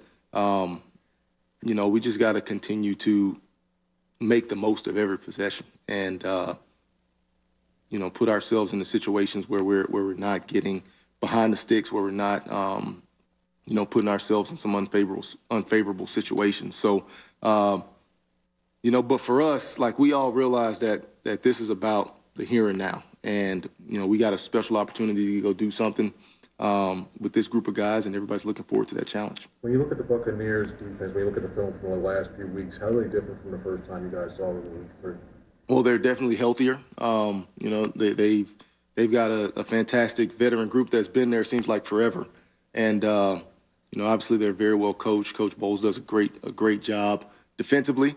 And they've got some players who are battle tested and who have done it at a high level for a really long time. So, everybody's here is looking forward to that matchup. You mentioned earlier focus on this week, and this time of year, this interviews happen and such. With Nick, how does that relationship work? What does he kind of present to you guys whenever this time of year comes around? Yeah, well, I think the biggest thing, and Nick's been a great resource in terms of development and just being able to be somebody to get ideas from and to bounce ideas off of. I can't say enough good things about the relationship I have with Nick, especially considering, prior to me getting here, we didn't know each other. And, he's, I can't say enough good things about just the type of person he is, how much he cares, and how much he wants to see everybody do really, really well. So, he's somebody that's in a short 3-year period has become somebody who's really close. Brian, when teams are taking away the big play, the deep ball, when they're legislating and making you throw it underneath, you said you have to find other ways to do it. What other ways are there without kind of forcing it when it's not there? Well, yeah, you have to go into some catch and runs and try to find some isolations, on some interior defenders. So, those are things and try to manipulate some of these play actions and get guys to have some eye violations and see if we can create some explosives that way. And then you got to be able to run the ball. So there's a bunch of different ways to do it. And, we got to make sure we get that done. How's it, like, your time spent with Jalen different than it was last year because you're OC? So, like, do you go in the quarterback meetings with them? Do you have separate meetings with the quarterback? Yeah, so, my role has obviously changed from last year where you're predominantly my sole focus was only on the quarterback. And, and I had some other responsibilities in terms of game planning and stuff. But, that role changes now when you're in charge of the entire offense. So, yes, obviously I do spend time in the quarterback meetings, but, I also like to be able to spend time with some other groups and making sure that, everybody's on the same page and in concert. So, that role has definitely changed, for my first 2 years here. But, Coach Taney's done a great job of running those meetings and getting the guys ready to go. So Alex runs the quarterback meeting, and you just kind of stay there, or do you have to interject as well because you have the OC and because? Yeah, we all interject. Like those, to me, when you get into a really good quarterback room and you have guys that have played as much as Jalen has now and as much as Marcus has and have been around, the best rooms that I've been in, they become more discussion-based and not lecture-based, right? And because guys are all on the same page, they're seeing stuff, and they're adding to the conversation. And that's when when you have guys that can truly understand the vision, understand what's going on, and they bring great ideas to the party as well. And I think that's a huge blessing for us. And it's not only in the quarterback room. You take a look at our offensive line room and the amount of football that Jason Kelsey has played. Like, those guys have so much knowledge, so much experience. They've definitely been a huge help. All right, there's offensive coordinator Brian Johnson. the GIF of the dude writing the pen on paper and, like, everything's on fire? Because he's like, it's usually used for, like, hip-hop references and stuff. During the break, I'm going to have you grab 2 clips, Ray. 2 clips that piss me off so much based off of his response to 2 questions. And it just makes me say, then why don't you do it? Why don't you do these things, man? If you know these things are happening, why don't you do it? I don't know if you know what I'm talking about, Ray, but I promise I'll explain it next. Hear those clips. The answer, my response, it's nonsense. Hear me out. Talk about it next right here, 97.5 The Fanatic. Fanatic Sports Update. Head coaching conversations. I'm Ray Dunn. This update is brought to you by Live Casino and Hotel Philadelphia. Live Casino and Hotel Philadelphia is your game day headquarters. Enjoy drink specials and food specials and even stay over before or after the game. Every home game only at Live Casino and Hotel. Adam Schefter reporting that the Panthers are expected to interview Eagles offensive coordinator Brian Johnson for their head coaching vacancy. Johnson, who you just heard from, assured Eagles fans that his sole focus is on the playoff game against Tampa Bay. Now, as for the Eagles head coach, many have begun to ask questions about Nick Sirianni's future, but Adam Schefter joined the John Kincaid Show this morning and said regardless of result on Monday in that game against Tampa Bay, he expects Sirianni to be safe as the Eagles head coach. I would say no, but I also know that in the National Football League, that wild things happen all the time. These things change. Do I think Nick Sirianni's going to be out if they lose Monday night? I don't. Do I recognize that anything is possible? Yes, I do. The Philadelphia Inquirer's Jeff McLane and Matt Breen joined the Midday Show earlier today, talked all things Birds, including the conversation surrounding the head coach right now. You can listen to those two conversations one more time at 975thefanatic.com. This update's also brought to you by Mothers Against Drunk Driving. For victims of drunk and drug driving, your grief is unique, but you're not alone. You always have a place at MAD. Call the 24-hour victim hotline at 877-MADD-HELP or visit MADD.org. Keep it locked here for all the latest news and information. I'm Ray Dunn for 975 The Fanatic. The big sports stories everyone is talking about in Philadelphia. The John Kincaid Show. Tomorrow morning 6 to 10. 97.5 The Fanatic and 97.5thefanatic.com. Hey guys, Ricky Bowe here for Alpha Men's Center. If you need to lose weight, feel better, look better, and your diet and exercise plan isn't getting you there, you may need some extra help. Have you heard of the new weight loss medication, semaglutide?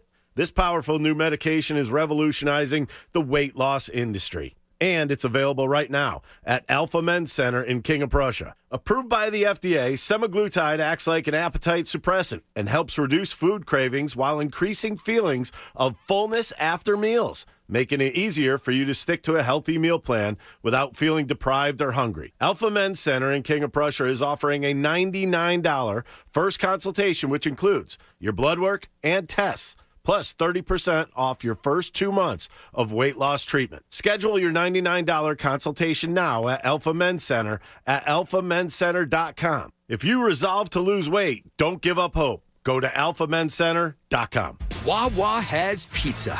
And now get $5 off a 14-inch or 16-inch pizza when you order on the Wawa app or your favorite delivery app. Order varieties like pepperoni and sausage, each bubbling with melty mozzarella. It's always pizza night at Wawa. Perfect for hanging out with friends or watching the game. Order on the Wawa app or your favorite delivery app to get $5 off any pizza starting at 4 p.m. Gotta have a Wawa. Bring in 2024 in a big way at Wawa. Get any 20 or 24-ounce cup of freshly brewed hot coffee for just $2. You can pour more of your favorite coffee.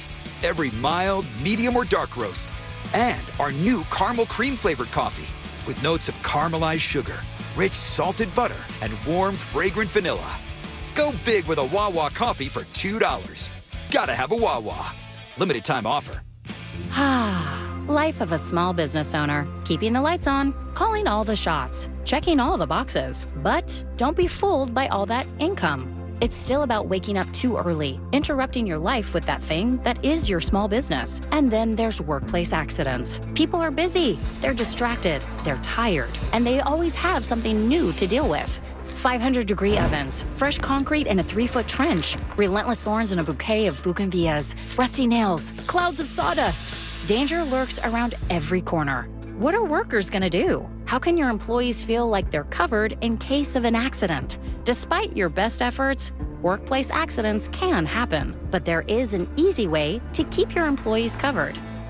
Talk to your agent about workers' comp coverage from Pi, or go to piinsurance.com and get a quote. Safety first, then Pi Insurance. Individual rates, offerings, and savings may vary, subject to policy terms and conditions. Not available in all states and situations. When my daughter gets a cold, I have a secret weapon. DayQuil Kids Berry from Vicks. DayQuil Kids is specially formulated to treat kids' most bothersome cold and cough symptoms quickly. And the best part is that DayQuil Kids Berry tastes really great. Aren't you supposed to be resting? Maybe. Dayquil Kids Berry. The Kids Berrylicious daytime congestion, coughing, stuffy head, stuffy nose, just for kids medicine. Safe for kids 6 years plus. Hey, you're up next. My throat hurts so bad. There's no way I can sing tonight. Here, try these.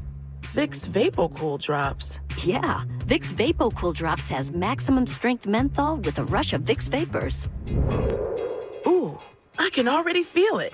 I told you. So, you ready? I'm ready. Vaporize sore throat pain fast with Vicks VapoCool Drops. Hold on, someone just slipped and fell on my neighbor's icy sidewalk. Hey, need some help? Yeah. Okay, you need to demand Rand. What? You know, Rand and Mike Spear, the accident lawyers, they've won over $750 million for their clients. Great. You think you could give me a hand? What, go out in this cold? No, thank you. If you need legal help, don't get left out in the cold. Call 1-800-90-LEGAL and demand Rand. Or start your claim online now at randspear.com. 1-800-90-LEGAL. No matter what the weather, most of us need to get on the road every day and get going. So we need tires to depend on in any condition. No one understands that better than the dependable people at Mavis Discount Tire. At Mavis, we believe nothing builds more confidence while driving than having the right tires at the right price, so you can confidently handle the road ahead. Roll in for $200 off select sets of 4 Goodyear tires. Visit us at mavis.com. I'm David from David Auto, and what a great time to be a Philly sports fan. Man, I love Philly sports, and I love being your car dealer. Getting my clients the cars they want at the right price is a passion of mine. Cars for every facet of your life, and some of the hottest cars on the planet. So if you're listening, I can be your dealer. For years, you've told me how to be your dealer. I'm just the guy that listens. Enjoy your family, your friends, and our Philly sports. And when you need me and my amazing team, we'll be there for you. Because after all, I have always been your car dealer. You just didn't know it. Looking for a checking account that's built for you? Whether you love earning cash back or don't want fees or a minimum balance requirement, Citadel Credit Union has you covered. Plus, get a $300 bonus. Easily deposit checks right from your phone. Receive instant account alerts to stay updated. And simply tap and go with your contactless debit card. For a limited time, get $300 when you open a new checking account at citadelbanking.com/radio. Citadel Credit Union, a Forbes Best in State credit union. Federally insured by NCUA. WPEN, Burlington, Philadelphia, a Beasley Media Group station. Home of 76ers basketball and Flyers hockey. Plug in. 97.5 The Fanatic, Philadelphia. Now, a Birds playoff update on 97.5 The Fanatic and 97.5thefanatic.com. Getting ready for Tampa Bay. I'm Ray Dunn with this Birds playoff update. As emotions of the Giants game begin to wear off, it's time to look towards the Eagles playoff matchup with the Buccaneers. The Birds travel to Tampa Bay for Monday night's Wildcard matchup. While the Eagles have the talent advantage, there's certainly room for concern given the team's spiral and this team's deficiency. Tampa Bay's defense blitzes 40% of the time, third most in the NFL. And as Jimmy Kempski pointed out on the best show ever on Tuesday, the Eagles have struggled against pressure this year. One of the things that they've really not implemented into the offense are hot routes. Like, there's just nothing in the way of allowing Jalen Hurts to get the ball out of his hands quickly against the blitzes. Now, I don't know if that's just a scheme or if it's not Jalen checking into things at the line of scrimmage, but it really doesn't seem like they're giving him opportunities to get the ball out of his hands quickly when they're facing the threat of a blitz. The Eagles offense ultimately comes down to head coach Nick Sirianni, who ESPN's Adam Schefter believes will remain in Philly regardless of result on Monday night. I would say no, but I also know that in the National Football League, that wild things happen all the time. These things change. Do I think Nick Sirianni's going to be out if they lose Monday night? I don't. Do I recognize that anything is possible? Yes, I do. Listen to full conversations with both Kempski and Schefter on 97.5thefanatic.com. Keep it locked here for all the latest Birds news and information. I'm Ray Dunn on your home for continuing coverage of the Birds as they get ready for the NFL wildcard round. 97.5 The Fanatic. The real and inside story on the Birds as they get ready for the NFL wildcard. Andrew Salchunas, 97.5 The Fanatic and 97.5thefanatic.com. All right. So we just aired the Brian Johnson press conference. I got a tweet from Joe K when we went to break. He asked the question, Do they have a lawyer in their coaching staff teaching them how to talk in circles? I heard nothing in that entire conversation. Well, I heard something that just makes me so angry because we talk about sometimes when the fans are right and maybe not so much the players or the coaches, right? Now, you can tell me if I'm thinking too much into this. But I'm going to play you 2 clips that caused me to write notes very fast, chicken scratch. But something that he said was asked about 2 different questions. One question and one in response to his answer that really freaking bothers me because it's been an issue with this Eagles offense since week 1. So the first question, I believe it was Martin Frank. I forget who it was. Somebody asked about cover 6, and the different coverages that defenses are throwing this year. Because remember earlier this year we did I got that email about how offenses are down this year. Clearly defenses are doing things differently. So he was asked about the different coverages from defenses this year and how that's played a factor in the Eagles offense. Take a listen. Yeah, I think, obviously I think we go back and forth. If you kind of just look at how it's kind of progressed over the course of the 3 years, it's, defenses trying to limit big plays. I think if you look at throughout the course of the NFL, you're seeing probably a lot more shell coverage this year than you have in past years. And, I think one of the things that it's making teams have to do is try to go on these long drives to go down and score. We talked about this a couple weeks ago in terms of,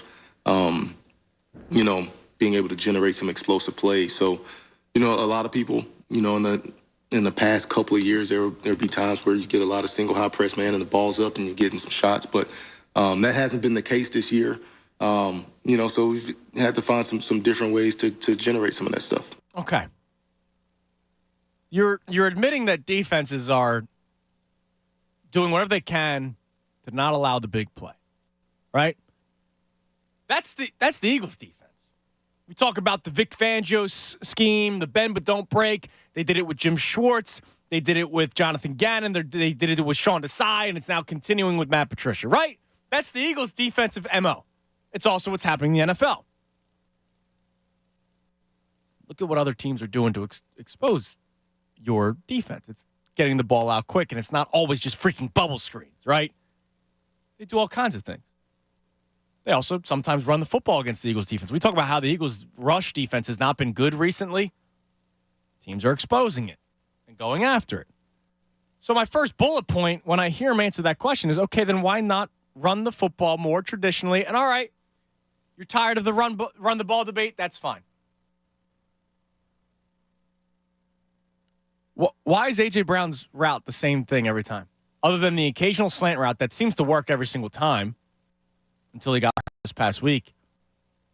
Why is A.J. Brown always running go routes down the sideline? If you yourself, as the offensive coordinator, are admitting that defenses are playing not just you differently, but across the board differently, why are you running? I mean, if you look at the route tree, somebody always posts, like, here's that A.J. Brown's routes from this previous week. It's always up the sideline every single time. If defenses are scheming against that, you think you're just going to out-talent them? Jalen Hurts throwing deep, throwing it up to A.J. Brown? We've seen interceptions because of that this year. Look at the way the game ended against Seattle. Ball floated down the sideline. There's 2 safeties out there. One's protecting one side of the field. One's protecting the other side of the field. Interception. Right? I'm not crazy here. This is what's happening, and has been happening, right? Devil's advocate to that would be, on that play, A.J. Brown says they're improvising. Well, right. How much are they listening? How much are they following through with what they're trying to do? Hey, good point. But the plays that are also happening every single other time, they're also not really working, like the bubble screens, which, okay, then you would think a bubble screen would work. But here's my thing. When you're running the same play over and over and over again, maybe at some point defenses are catching up on that. And which is why I wrote down why not come up with different, short passing schemes than the same ones that you keep on throwing out there that defenses are starting to get aware of. Because not only is shell coverage all about not allowing the big play, well, you also have to be ready for what's next. So obviously, if you're not going to allow the big play, you know that offenses are going to scheme up against that. So you have to be ready to see some certain things as a defensive player. Well, when you're running the same 4 or 5 plays every single time, they're going to start seeing some things. I go back to the game when they lost against the Jets. And the defensive coordinator told the player who ended up making the game-winning interception, just stand right here. The ball's coming your way. Like, they're showing the same look every single time.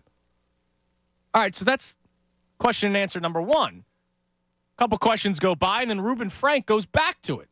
Take a listen to his question and answer. Brian, when teams are taking away the big play, the deep ball, when they're legislating and making you throw it underneath, you said you have to find other ways to do it. What other ways are there without kind of forcing it when it's not there?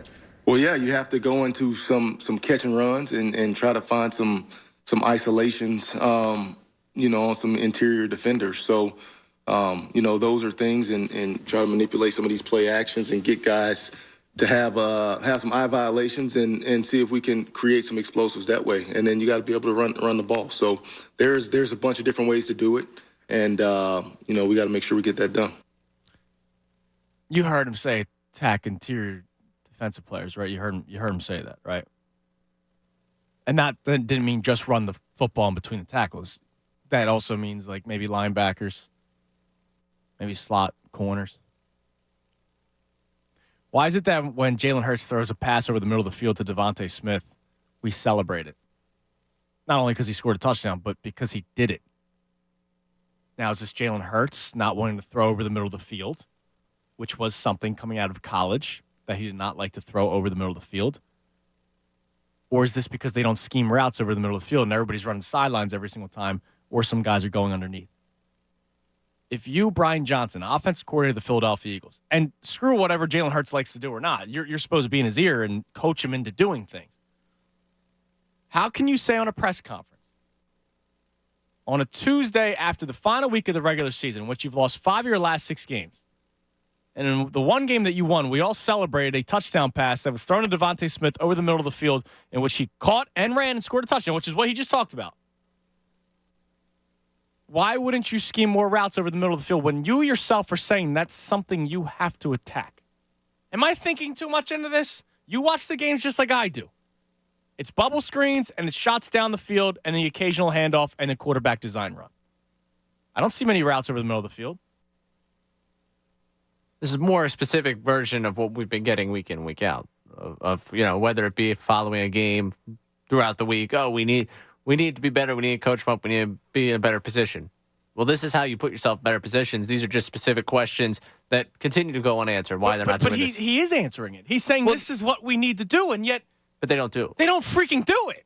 They don't do it. And I think part of this goes to Hurts. Like, we're talking about the A.J. Brown deep. Like, I have started to ask the question in my mind of Hurts and what he's looking for consistently out there and what he's not getting out of this.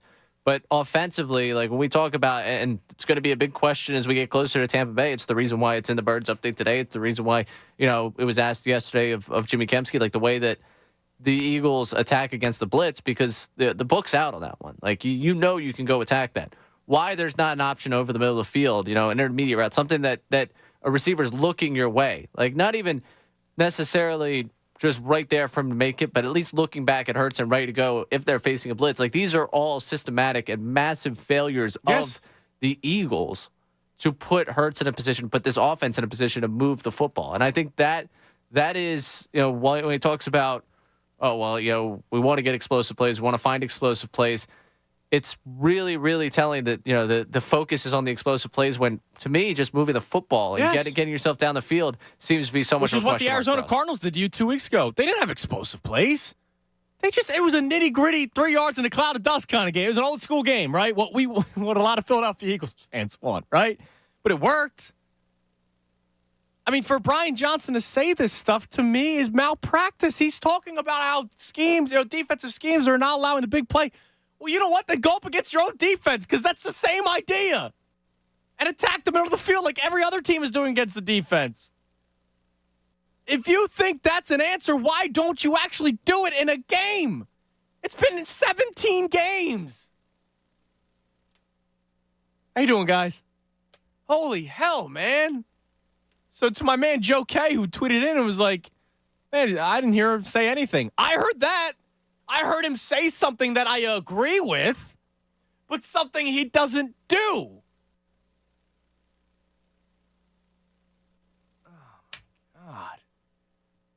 All right, Ray, it's 104. We usually do it on Tuesdays, but you weren't here. Time now for the NFL Power Rankings. The final time of the regular season. We're not going to do come playoff time. Final time, the NFL Power Rankings of the 2023-2024 NFL season. And all season long, they've been brought to us by who, Ray? Well, we want to thank my good friends here at Harris Philadelphia. The $500,000 football pick'em at Harris Philadelphia. Select your team between 10 a.m. Wednesday through 8 p.m. Thursday at the promotional kiosk and start winning. They've been with us throughout the entire roller coaster ride of the season. They have. They continue to win, even when the Birds don't. Well, congratulations to the Carolina Panthers, who come dead last in the power rankings, ultimately at 32. The Commanders at 31. Ron Rivera done. The New England Patriots coming in at 30. There was a report yesterday when you weren't in that there will be a second meeting this week, and it's between Robert Kraft and Bill Belichick. Nobody else is involved, which I respect that. And I respect that there's no rumors out there. I'm sure the two of those guys respect each other enough that it's going to stay in-house, and then we'll ultimately get an answer. Boxing match. Yeah, well, maybe. One guy comes out. Chargers, they dropped 2 spots to close out the season at 29. They're going to need to find a new head coach. The Cardinals climb up 1 spot to 28. The Giants, because of their victory, they go up to 27. Falcons drop 2 spots to 26. They fire Arthur Smith. I've been waiting that since last year. Maybe a lot of other people should be fired because they still haven't drafted a legit quarterback. Maybe they do that this year, but 7-10 is not low enough to get a top quarterback. Titans, they go up a spot, and they finish the season at 25 with a 6-11 record. They fire Mike Vrabel. The Jets 24th, the Broncos 23rd, the Vikings 22nd. The Bears 21st, so we're at our top 20. The Raiders climb up 3 spots. Good for Antonio Pierce as the interim coach. We'll see what ends up happening with him. They come in at number 20. Seattle at 19. Bengals at 18. Those Indianapolis Colts. Minshew Mania, Ray. What came happened? to an end. They lost. What happened? He left the field with the lead, Ray. Technically? No, he didn't. He left the field with a poor pass to a backup running back. He gave them the lead, and then the Texans took the lead, and then they couldn't. That's right. Yeah. But no, it's over. Yeah. It's over. Look, good for Shane Steichen for even getting them to this point of the season. It's over. They fall 4 spots to 17, the Jags. Dougie P, oh boy. Oof. Still there. And who else is still there? Press Taylor. I don't know, dude. There's got to be brothers in arms there. The fact that he's still the offensive coordinator and has been following him since Philadelphia. But the Jags coming at number 16 to close out the season. The Saints climb up 2 spots to 15. They're a playoff team, making the wild card. What? No, they didn't. I'm sorry.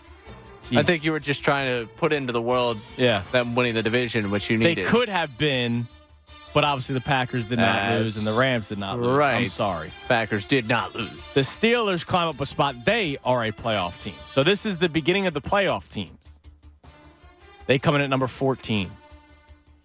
Your Pack. Go Pack, led go. by Jordan Love. Hey, I'm rooting. Go Pack, go. Heading to Dallas, taking on the Cowboys. They come in at number 13. Your opponent for Monday night, the Tampa Bay Buccaneers, coming at number 12. They climb up 2 spots.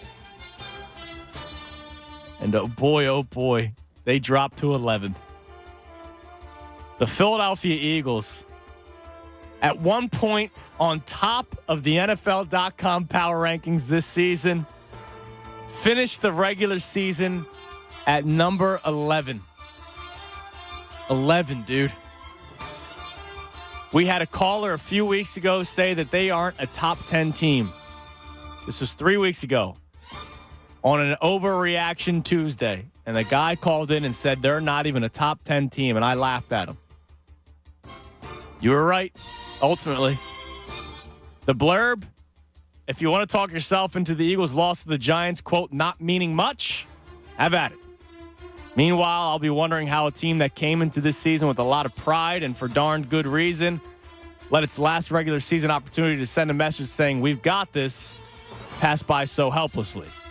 Maybe the veterans were subconsciously storing up some gas for next Monday's game, but come on. Philly came into the weekend with the chance to soar all the way up to number 2 seed in the NFC, so motivation shouldn't have been a problem. I'm sure it isn't very easy to ratchet things up when a team is fried, like these Eagles look to be, and doesn't control its own fate. But then the Eagles did have a chance to control their fate in Week 17 and still flopped. So this is the bed in which they now must sleep. It's wild to say aloud, but it's hard to find a potential rallying cry for a team whose biggest opponent right now might be itself. Very well written.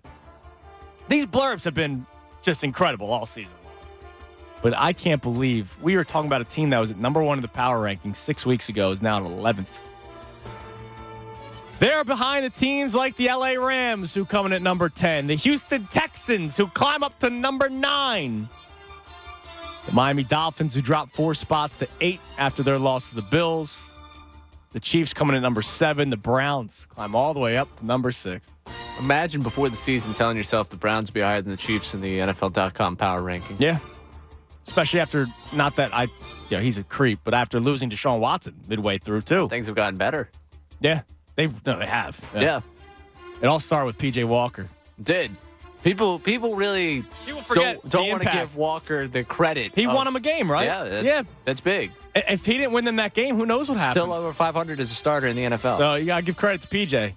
Your top 5, Lions, Bills at 4, Cowboys at 3, Niners at 2, and the Baltimore Ravens coming at number 1. The Philadelphia Eagles dropped to 11th to close out the NFL.com power rankings for the 2023-24 season, brought to us by Hooray.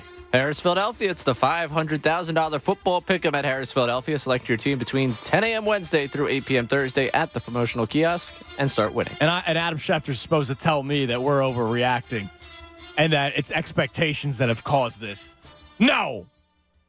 They dropped 10 freaking spots in the span of 6 weeks in the power rankings to 11th. They're not in top 10. They were 10-1, and they finished the regular freaking season at 11-6, and I'm supposed to try to control my emotions? I'll play you that Schefter clip coming up next. And I'll repeat the topics of the day about getting up for Monday night, and, of course, that Schefter clip and expectations. And Brian Johnson giving you legit answers as to how to attack defenses. But they haven't done it for 17 games. Why? I'm Andrew Salchunas. Final segment ahead right here. 97.5 The Fanatic. Hey, guys, it's Andrew. Got an awesome event coming up that you don't want to miss. 97.5 The Fanatic's official Eagles pregame show live broadcast and watch party at Barnaby's Westchester on Monday, January 15th. Thanks to our friends at Corona. I was talking about this earlier in the show, and now I can give you all the finer details. Bob, Pat, and I will be broadcasting live from 6 to 7:30. So we know the game's at 8, but we have a Flyers game that night. So, of course, we air the Flyers games here on the station. So Bob, Pat, and I will be doing our pregame show from 6 to 7:30 at Barnaby's in Westchester, leading up to that Birds Wildcard game. And then Pat and I are going to be sticking around after the broadcast to hang out with you for the watch party, the official Birds watch party during our official Corona 97.5 The Fanatic official watch party. I did these last year. I had a lot of fun. The team was fun. The team was winning. But I will tell you, last year, Tyrone and I did the watch party at Barnaby's in Westchester. It was for the NFC Championship game, and obviously the vibes were high. But the people that were there for the game, man. They weren't there just to go out and have fun. They were there for the game. Everybody was snap by snap locked in, and I love that kind of an atmosphere. So make sure you join Pat and I. We'll have cool prizes to give away. There will be Corona drink specials and so much more. I can't wait for this. It's going to be a lot of fun. It is a playoff game. Let's get up for it. So join us Monday night for the big game and enjoy $25 Corona and Corona Premier and Corona Light buckets, as well as $5 Modelo drafts. Corona is an official sponsor of our Eagles pregame broadcast and watch party. Visit 975thefanatic.com for more information on upcoming Corona events.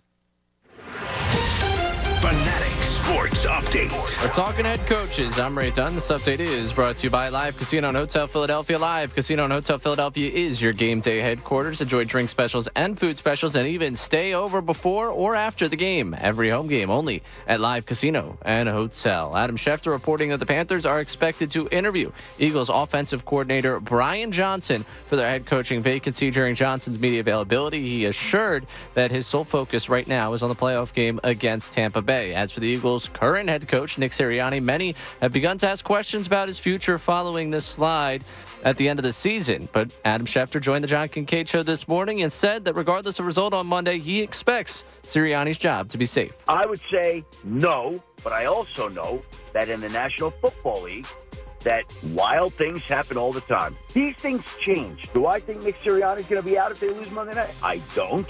Do I recognize that anything is possible? Yes, I do. Philadelphia Inquirer's Jeff McLane and Matt Breen both joined the show here on the Midday Show to talk all things Birds, including Nick Sirianni and the head coach and everything going on with him. You catch those conversations one more time at 97.5, thefanatic.com. This update is also brought to you by Mattress Firm. A new year calls for a better bed at Mattress Firm's once-a-year sale and clearance. Save up to 60% on select mattresses. The right mattress matters, and Mattress Firm will find yours. Keep it locked here for the latest news and information. I'm Ray Dunn on the home for the Sixers and Flyers, 97.5, The Fanatic.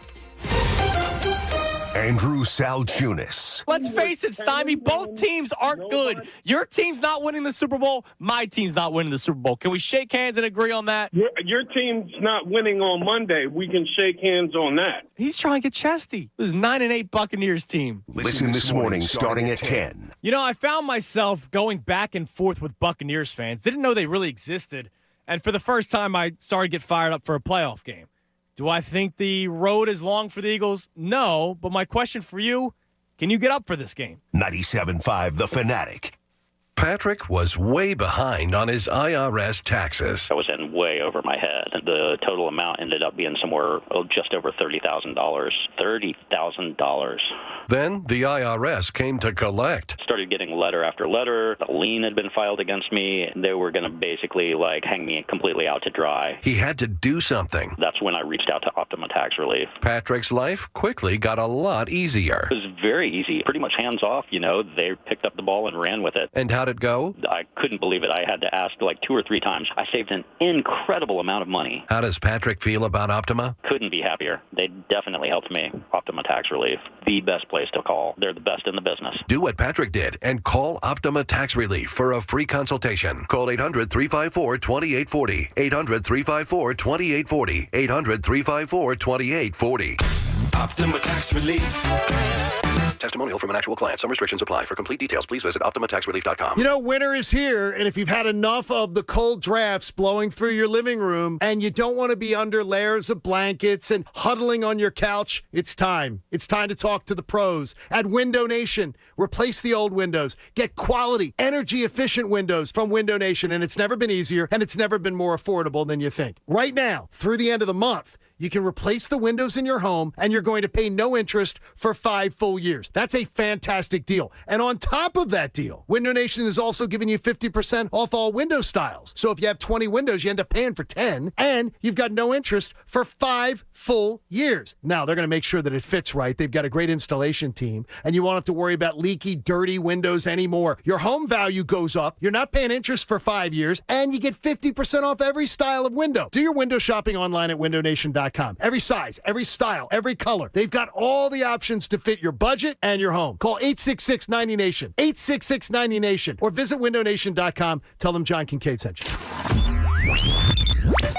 With so many esports teams out there, it's hard to pick the best one. The Game Awards committee felt differently as they announced JD Gaming to be the 2023 best esports team. While this Chinese League of Legends team didn't win the World Championship, they went from a 3rd place finish in 2022 to winning 3 separate events during the 2023 season. Can JD Gaming carry this momentum into next year? The latest esports and gaming news. Find it online at checkpointxp.com.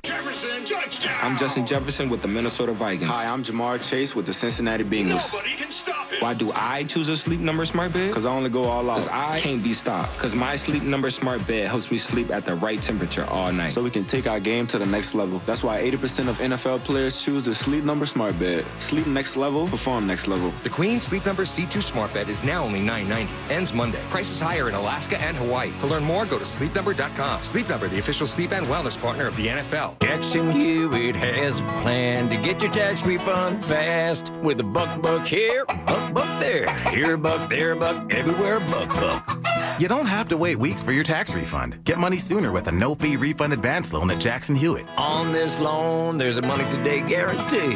E-I-E-I-DO. Don't settle for chicken feed. Get fast bucks at Jackson Hewitt today. No-fee refund advance loans by Republic Bank. Eligible clients. Money today guarantee if approved for a loan on a prepaid card. Details at jacksonhewitt.com. Nothing slows my little girl down, except a stuffy nose.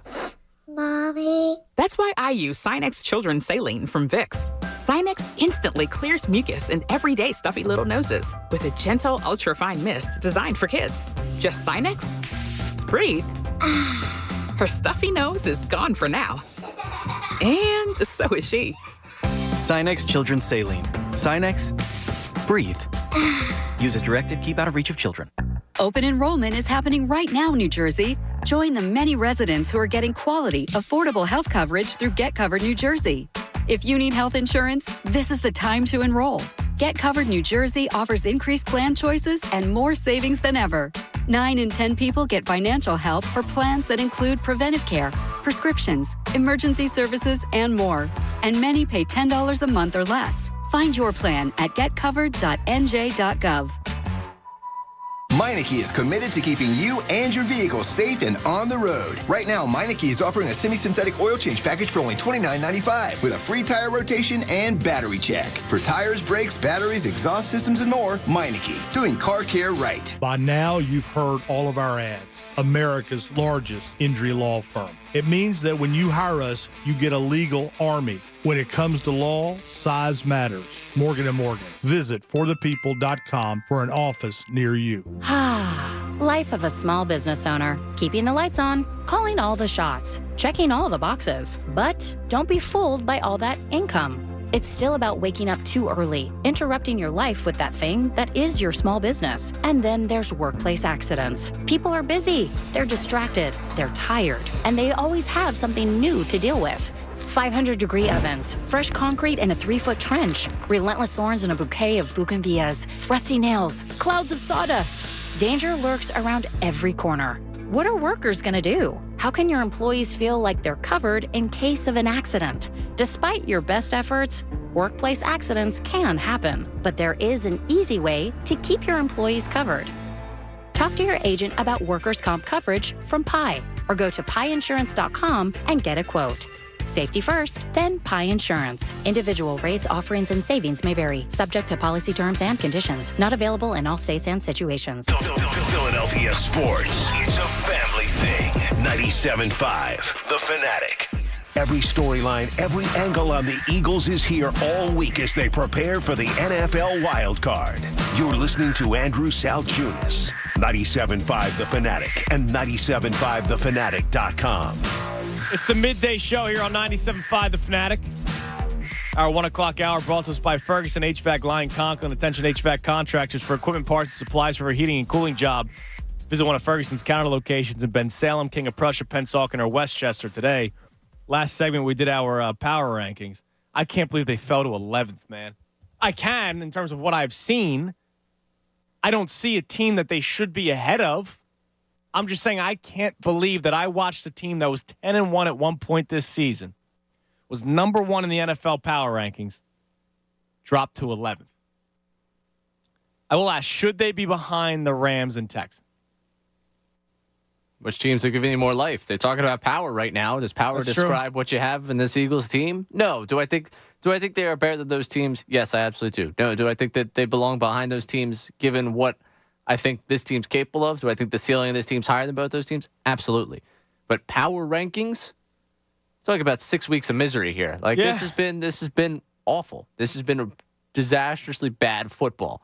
I'm upset for our good friends at Harris Philadelphia. They have to deal with this team that's not winning because You can win there if you go to the promotional kiosk. That's good work. From Wednesday at 10 a.m. to Thursday at 8 p.m. Well, I just want to make sure, it's the last time we get with the power rankings. Want to make sure we get the people winning.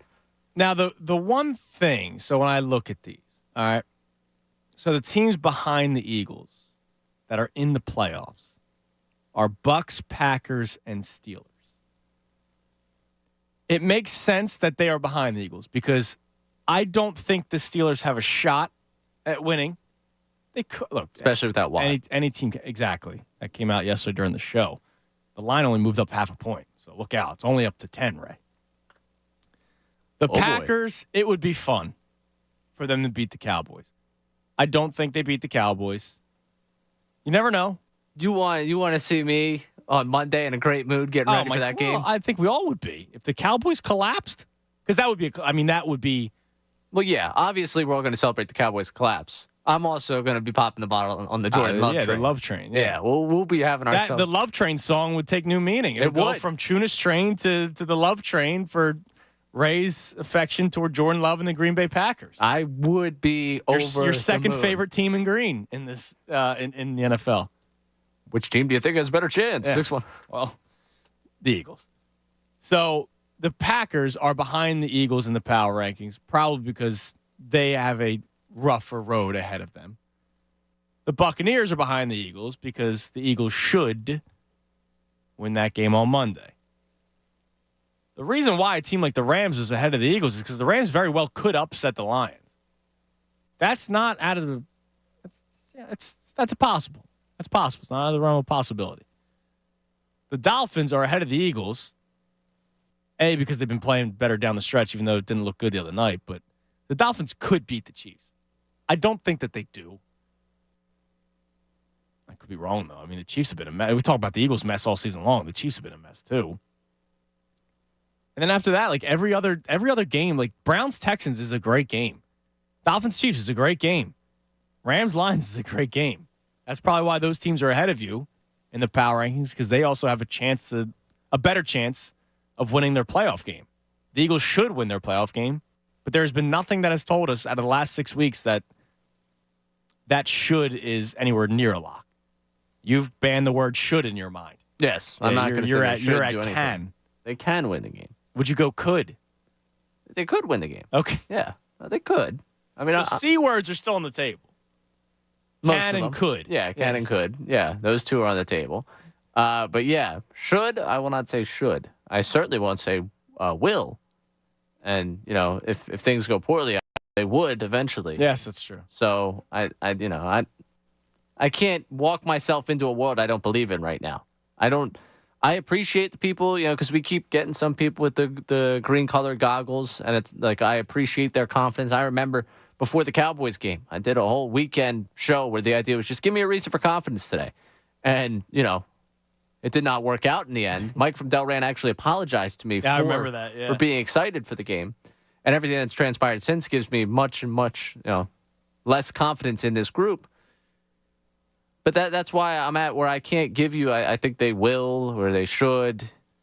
I thought they should, win the division. I thought they should have a home playoff game. And none of that came to fruition. They should beat the Cardinals. They should take care of business against the Giants. None of that came to fruition.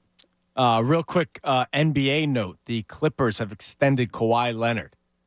So that dream of him maybe being a free agent and the Sixers going after him, that's one of the big free agents off the books.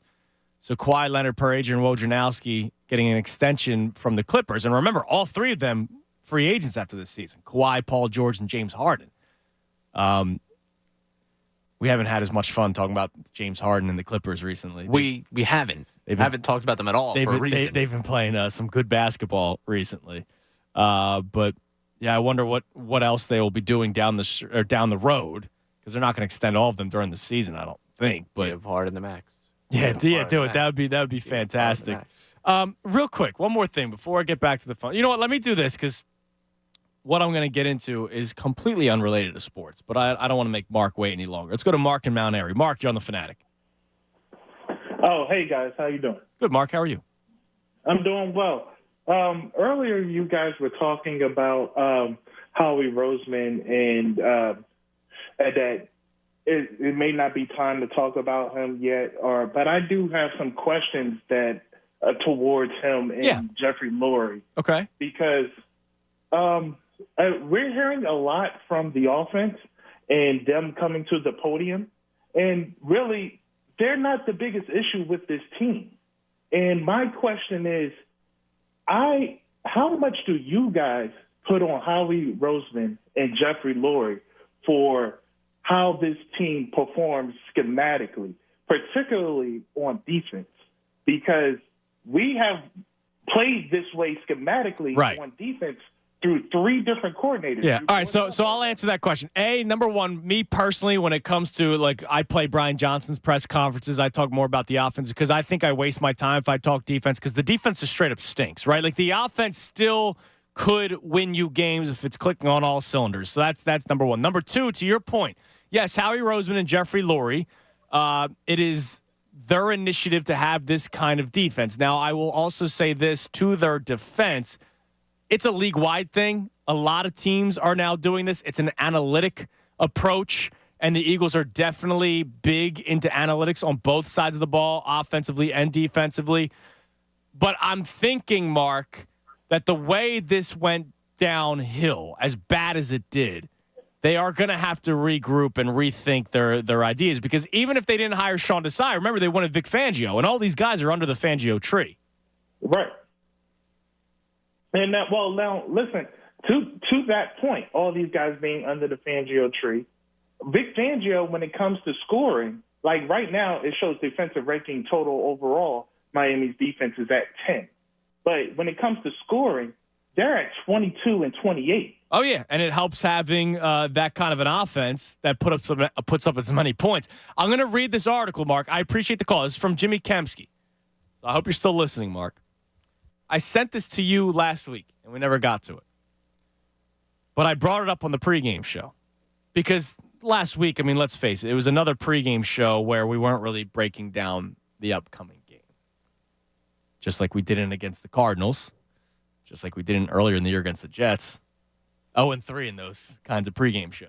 Sounds like you lost the game. Yeah, I think so. He's the mush. So we got to break down X's and O's on Monday night. Oh, don't you? Well, Monday night. No, Monday morning starting at 10 o'clock. Right here, 97.5 It's The only Fanatic. a 2.5-hour show, so we're going to power-packed We're going to study film. I'm going to have all the All-22 people that post stuff on Twitter. They're going to be guests. Our YouTube feed will have All-22 video live on it. I'll be standing there with a whiteboard. We're going to do a split show. Haley's going to handle that? I think so.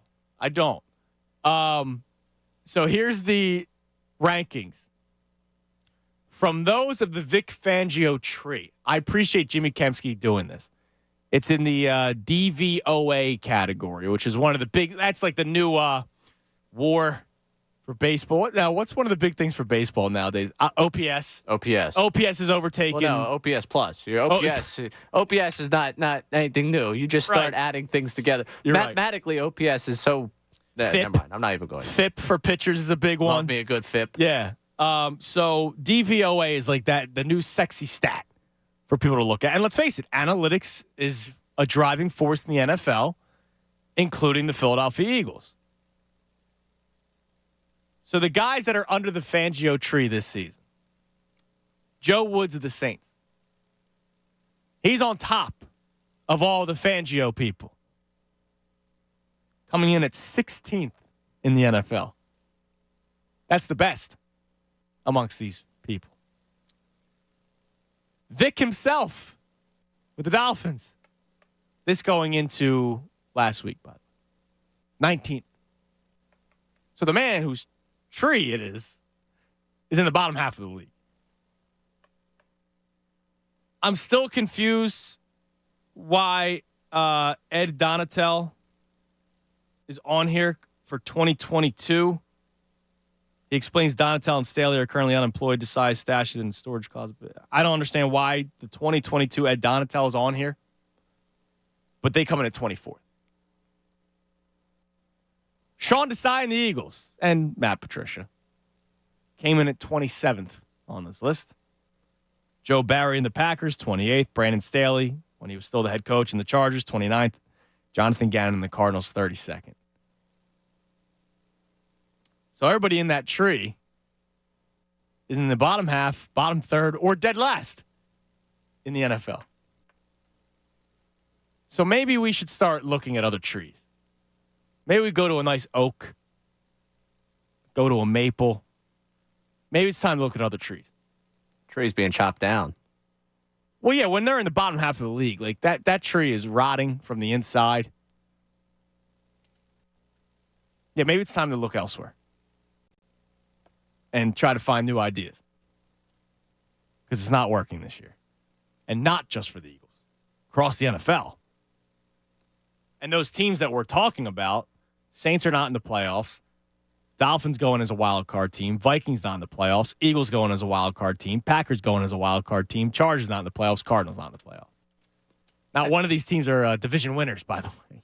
Yeah, part of it, I also think, I know this is something that you talked about on Middays before, the marriage and the two sides of the ball and what works with it, to the credit or I guess detriment of some of those teams, Saints offense hasn't been good. Dolphins offense has been. Right. Vikings offense not great. Eagles offense has been better than some of these other teams, but putting Eagles defense in bad positions. Your boy Jordan Love.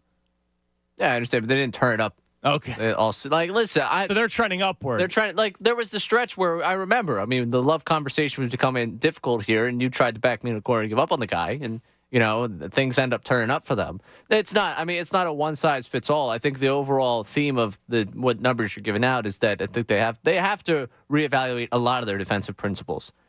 Just relying on the fact that how he's going to be able to pick a linebacker off the scrap heap and he's going to have a career year is probably not and that's going to be what gets them far in the postseason, is probably not the greatest indicator of success that you'll be able to have. Or the fact that you're going to be able to just the week before the season add a playmaking safety, and that's going to be the difference in a secondary. I think there's probably some principles beyond just what they do defensively they have to look at this offseason, but those are, top 5 conversations to be had, whether it be personnel, how you operate a defense, and then what you're doing in terms of defensive scheme, because they're going to have to overhaul the entire thing. Oh, they have. The size not here. Patricia's not here. A lot of the players will not be here. Yeah, players are going to change, but I think that they have to go look at the principle. And that also goes back to Sirianni. And part of this conversation, when we get to what they like as this organization, is who panicked? Who panicked? Who flinched? Yeah, Sirianni takes the blame for it. And I can't take him at his word for a number of reasons. We know for a fact that he's covered for people before. We know for a fact that A.J. Brown literally called him a dope for the way he covered. Yeah, and the way that that we've seen him talk in pressers before. He's not. It's coach speak. It is all coach speak, and at the end of the day, he takes credit or blame for that one, depending on how you look at the way the move worked out. But I can't imagine, knowing how this organization works, knowing so much about what we've watched over the years about how they operate with coaches and how it's not necessarily always, hey, the players aren't doing their thing. No, it's who's putting the players in a position. That's the way they look at it. That's the way that the front office views it. Okay, why isn't the coach maximizing this roster we've put in front of him? And I can't sit here and tell you that I think it's just Sirianni that made the decision. So whoever made that decision on top of that, which will probably go to a Howie conversation, which will go to whenever we get the inside look at whatever happened and how the inner workings of those couple weeks went down, because it's going to happen. Someone's going to give us a look at that at some point. Yeah. That'll contribute to the Howie conversation. That'll contribute to the front, the front office, all the way up to the top. There's gonna be a lot of conversations if things don't turn around. And oh, by the way, it's playoff time. All right, 2 things before we get to this Adam Schefter clip that we started the show off with, and also his thoughts on the coaching situation for Nick Sirianni. The one I want to play in terms of the coaching one, I think, was the second clip. It was pretty damning, like how he was just whenever he said, "What have you done for me lately?" Because it's pretty damning what he was saying about, I guess, Eagles fans, or what people are saying. Also, like local media and that kind of stuff. But it almost ignores the fact that the Eagles have lost 5 of their last 6 games, and it's been a spiral. But 2 things I want to bring up. Number one, we don't talk about it because, we're on the air at the same time. But the weekly hit of Aaron Rodgers on Pat McAfee is done. Oh, you didn't see this? Yeah. No. Apparently today. Well, yeah, thank you. I appreciate that. Pat McAfee announced today that they are done with the Aaron Rodgers weekly hit on Tuesdays. I'm not putting out any opinion on that, other than I do think he held the Jets. Strictly football, I think he held the Jets hostage. And I also think the Jets were complete morons for sticking with Zach Wilson and Tim Boyle to try to win games when they had a legit defense and very good weapons offensively. So it's also the Jets' fault and not just Aaron Rodgers' fault. But pretty big news because obviously a lot of people were awaiting to see what he had to say yesterday. I'll thread the needle on this one. Okay. In a 24-hour span, you can't say that there's too much BS happening in that room that doesn't have to do with winning, and also go on the show air, where the main talking point has nothing to do with winning and with what you're doing for the Jets organization. Sports related, yeah. You know, he. That's how I'll summarize that one. I saw Richard Deitch put out a tweet. He does a lot of coverage of networks and stuff. And he says, from what I understand, McAfee made the call because McAfee has creative control. He says, but obviously I'm certain ESPN supports this decision. Think A.J. Hawk spoke in that decision-making room? No, he just sits there. It's amazing. I don't watch the show. Obviously, we're on the air, but every clip that goes viral, he's just sitting there. And then people say, no, he talks all the time. I don't know. Yeah, so the low leverage moments are A.J. Hawks. He thrives when they've got nothing left content-wise, and it's just, okay, let's just tee A.J. up to prove why he's here. But it's weird because they leave him on the screen. Like, just go full screen McAfee. Go full screen McAfee and guess. So it's crazy. He's just sitting there in his living room. Like, legitimately, it could be like one of those fake Zoom backgrounds. He could stand up and leave, and you could just put his face up there. Nothing would change. Yeah. So no more Rodgers on a weekly hit on the McAfee show. The other thing, I just got to bring this up because, we talk a lot of sports on this show because there's so much. Eagles season comes to an end. Don't look now. The Sixers are having a very good season. And it's unfortunate that Joel Embiid's been missing games, and he might find himself out of the MVP race because of it. There's going to be a ton of – and at some point, they're going to make a big trade. Like, the Sixers are going to be a lot of fun. The Flyers, it was nice. It was refreshing. Unfortunately, it's because some 19-year-old punk basically demanded a trade. It was nice to finally bring up the Flyers yesterday. You missed that when you were doing your travels. But we talk so much sports because the Phillies were just in the NLCS not too long ago, don't forget. Real quick, this guy, I just got to bring this up. This guy that sets up the tripod. Oh, yeah. All right, I have a question about that. Obviously, he's getting engagement, and he's probably making money doing it. So good for him. We're talking about him. Good for him. Do you have the patience to do something like that? I don't. So it's funny you bring this up because I had talked with someone in industry stuff. Oh, TikTok, you should really. And, I know. I've heard all about the TikToks booming. Yeah. So it was something that I wanted to do, and I actually tried. I was also once told to create a LinkedIn because that was going to be huge for me down the road. Happens. Yeah.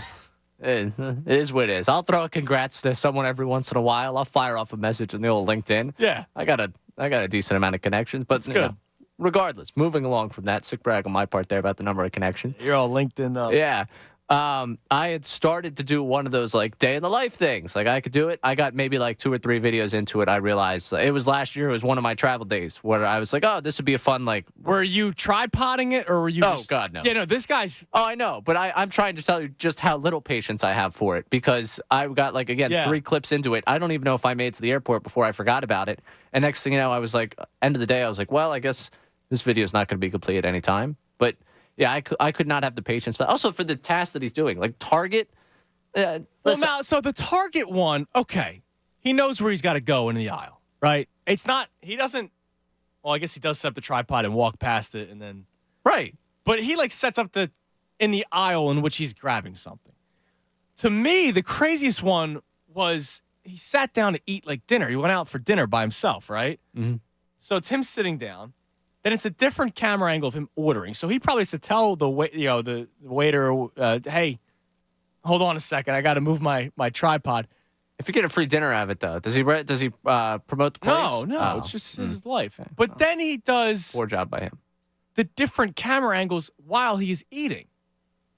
I would never want to take a bite of something, put my food down, move the tripod, sit back down, The effort there for different camera angles is too much, but there is a niche audience that enjoys the eating video of someone eating.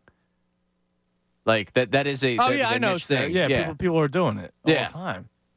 I'm not saying that's exactly what he's going for, that he's hitting that audience there. Right. And I would never in a million years in a restaurant. I'm all for eating alone. I'm more than happy to go out and get some. If there's somewhere I could walk in my neighborhood to go grab something to eat and I want it and there's no one else that I'm going to invite, I don't care. I'll go get something I'll to eat eat by alone. myself. Yeah, it doesn't bother me at all. The thought process of going into a restaurant with tripod camera, setting that one up, and moving it around in between bites so that, I could get different camera angles, different looks at myself, Right. I could never. And I know other people are trying to start to do it now because of how much this has taken off and how viral it's become. But like this dude, I don't know his name, but this guy's like, he's number one on the power rankings when it comes to it. It pops up on my Twitter all the time. Yeah. And it's just, how do you have the patience to do all that?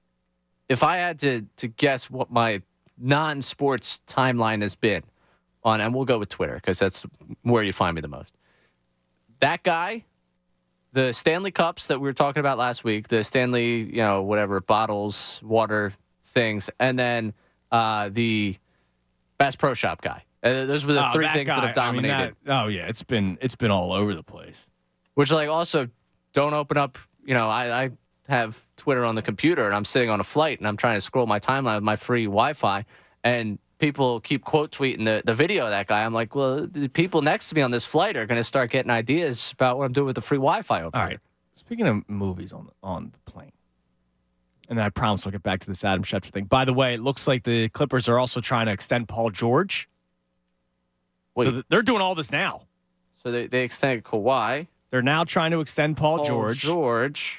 James Harden can't sign a deal until the offseason, per Adrian Wojnarowski. Because Anthony Hobson just reached out and said Harden must be next. He can't sign a new deal until the offseason. He can't. So at least no report of, hey, we're going to work something out with our third star, though? No, not yet. No, because I imagine that leak comes at some point. Right. It probably will. Like, hey, listen, give future plans here. Unless he goes back to Houston or, whatever. All right. The in-flight entertainment. I'm not trying to be PC here. I'm not trying to be the kids. So Christy and I forget where this was years ago. We were flying somewhere, and there was a long enough flight where there was the in-flight entertainment. They're in-flight, not like what we downloaded on our phones or anything. And I forget what movie she was watching. And there was a long sex scene in it. You can't have those movies. If you're the airline, you can't have those movies as an option. So again, back to my personal experience on this one. Yes. I, at some point over this, I think it was last season when we were traveling, I wanted to watch Winning Time because I hadn't watched it yet. Yeah, and there's plenty of it. Well, I hadn't watched. That's all me. I don't read reviews. My entertainment world is very limited. Mm-hmm. I popped the thing on.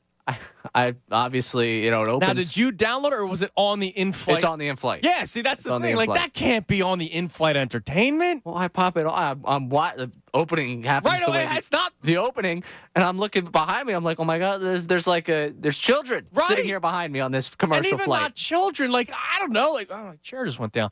Not that I'm squeamish, but you can't help it. You got the wandering eyes. And there's probably people going, what's that dude watching that for, huh? Right. That's exactly weird. It. I don't like that feeling of it. So immediately I'm sitting there I'm no prude. I'm not trying to be PC here or anything, but some things on the in-flight entertainment should not be allowed. Overly long sex scenes in a movie should probably not be provided on the in-flight entertainment of a movie. And it's not even so much whether I think it should be allowed or not. It's my uncomfortability of everyone around. I'm like hyper aware of everyone's eyes and where they are. Right. Like while I'm watching something. Like it's like what are they going to say? Well, he's watching this. You know. Right. I don't want them thinking I'm watching that. Yeah. You know. Like, oh, did this guy buy the $15 inflate Wi-Fi and what's he using with? Like you don't know. Somebody might not know the show from anything else. You know. Like oh, that's.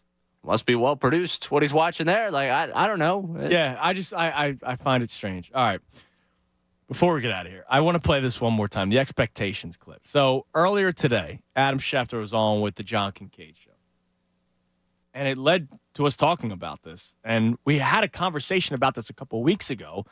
We actually had two, because I did a show probably a little over a month ago when it was still good. I asked the question. Does high expectations hurt your enjoyment of seasons? Remember that? We did a whole show off of it. And people admitted to yes. Like when I've had high expectations, I don't enjoy the season as much because I'm looking for every little flaw. I'm looking for every little thing that can hurt them. And when they do lose, it hurts even more because I have such high expectations.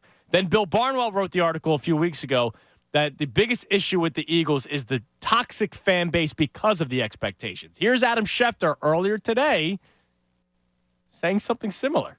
I think part of the problem is that the expectations were so high and everybody's been so spoiled by the success of this team that even if it went through adversity this year and didn't play up to the level that they established last year, it never was going to be good enough. And I hate that because it's the way it played out. I understand if they went 10-7, we'd be freaking out. Hell, even 11-6, but if it played out differently. They were 10-1 at one point and collapsed. They collapsed to 11-6.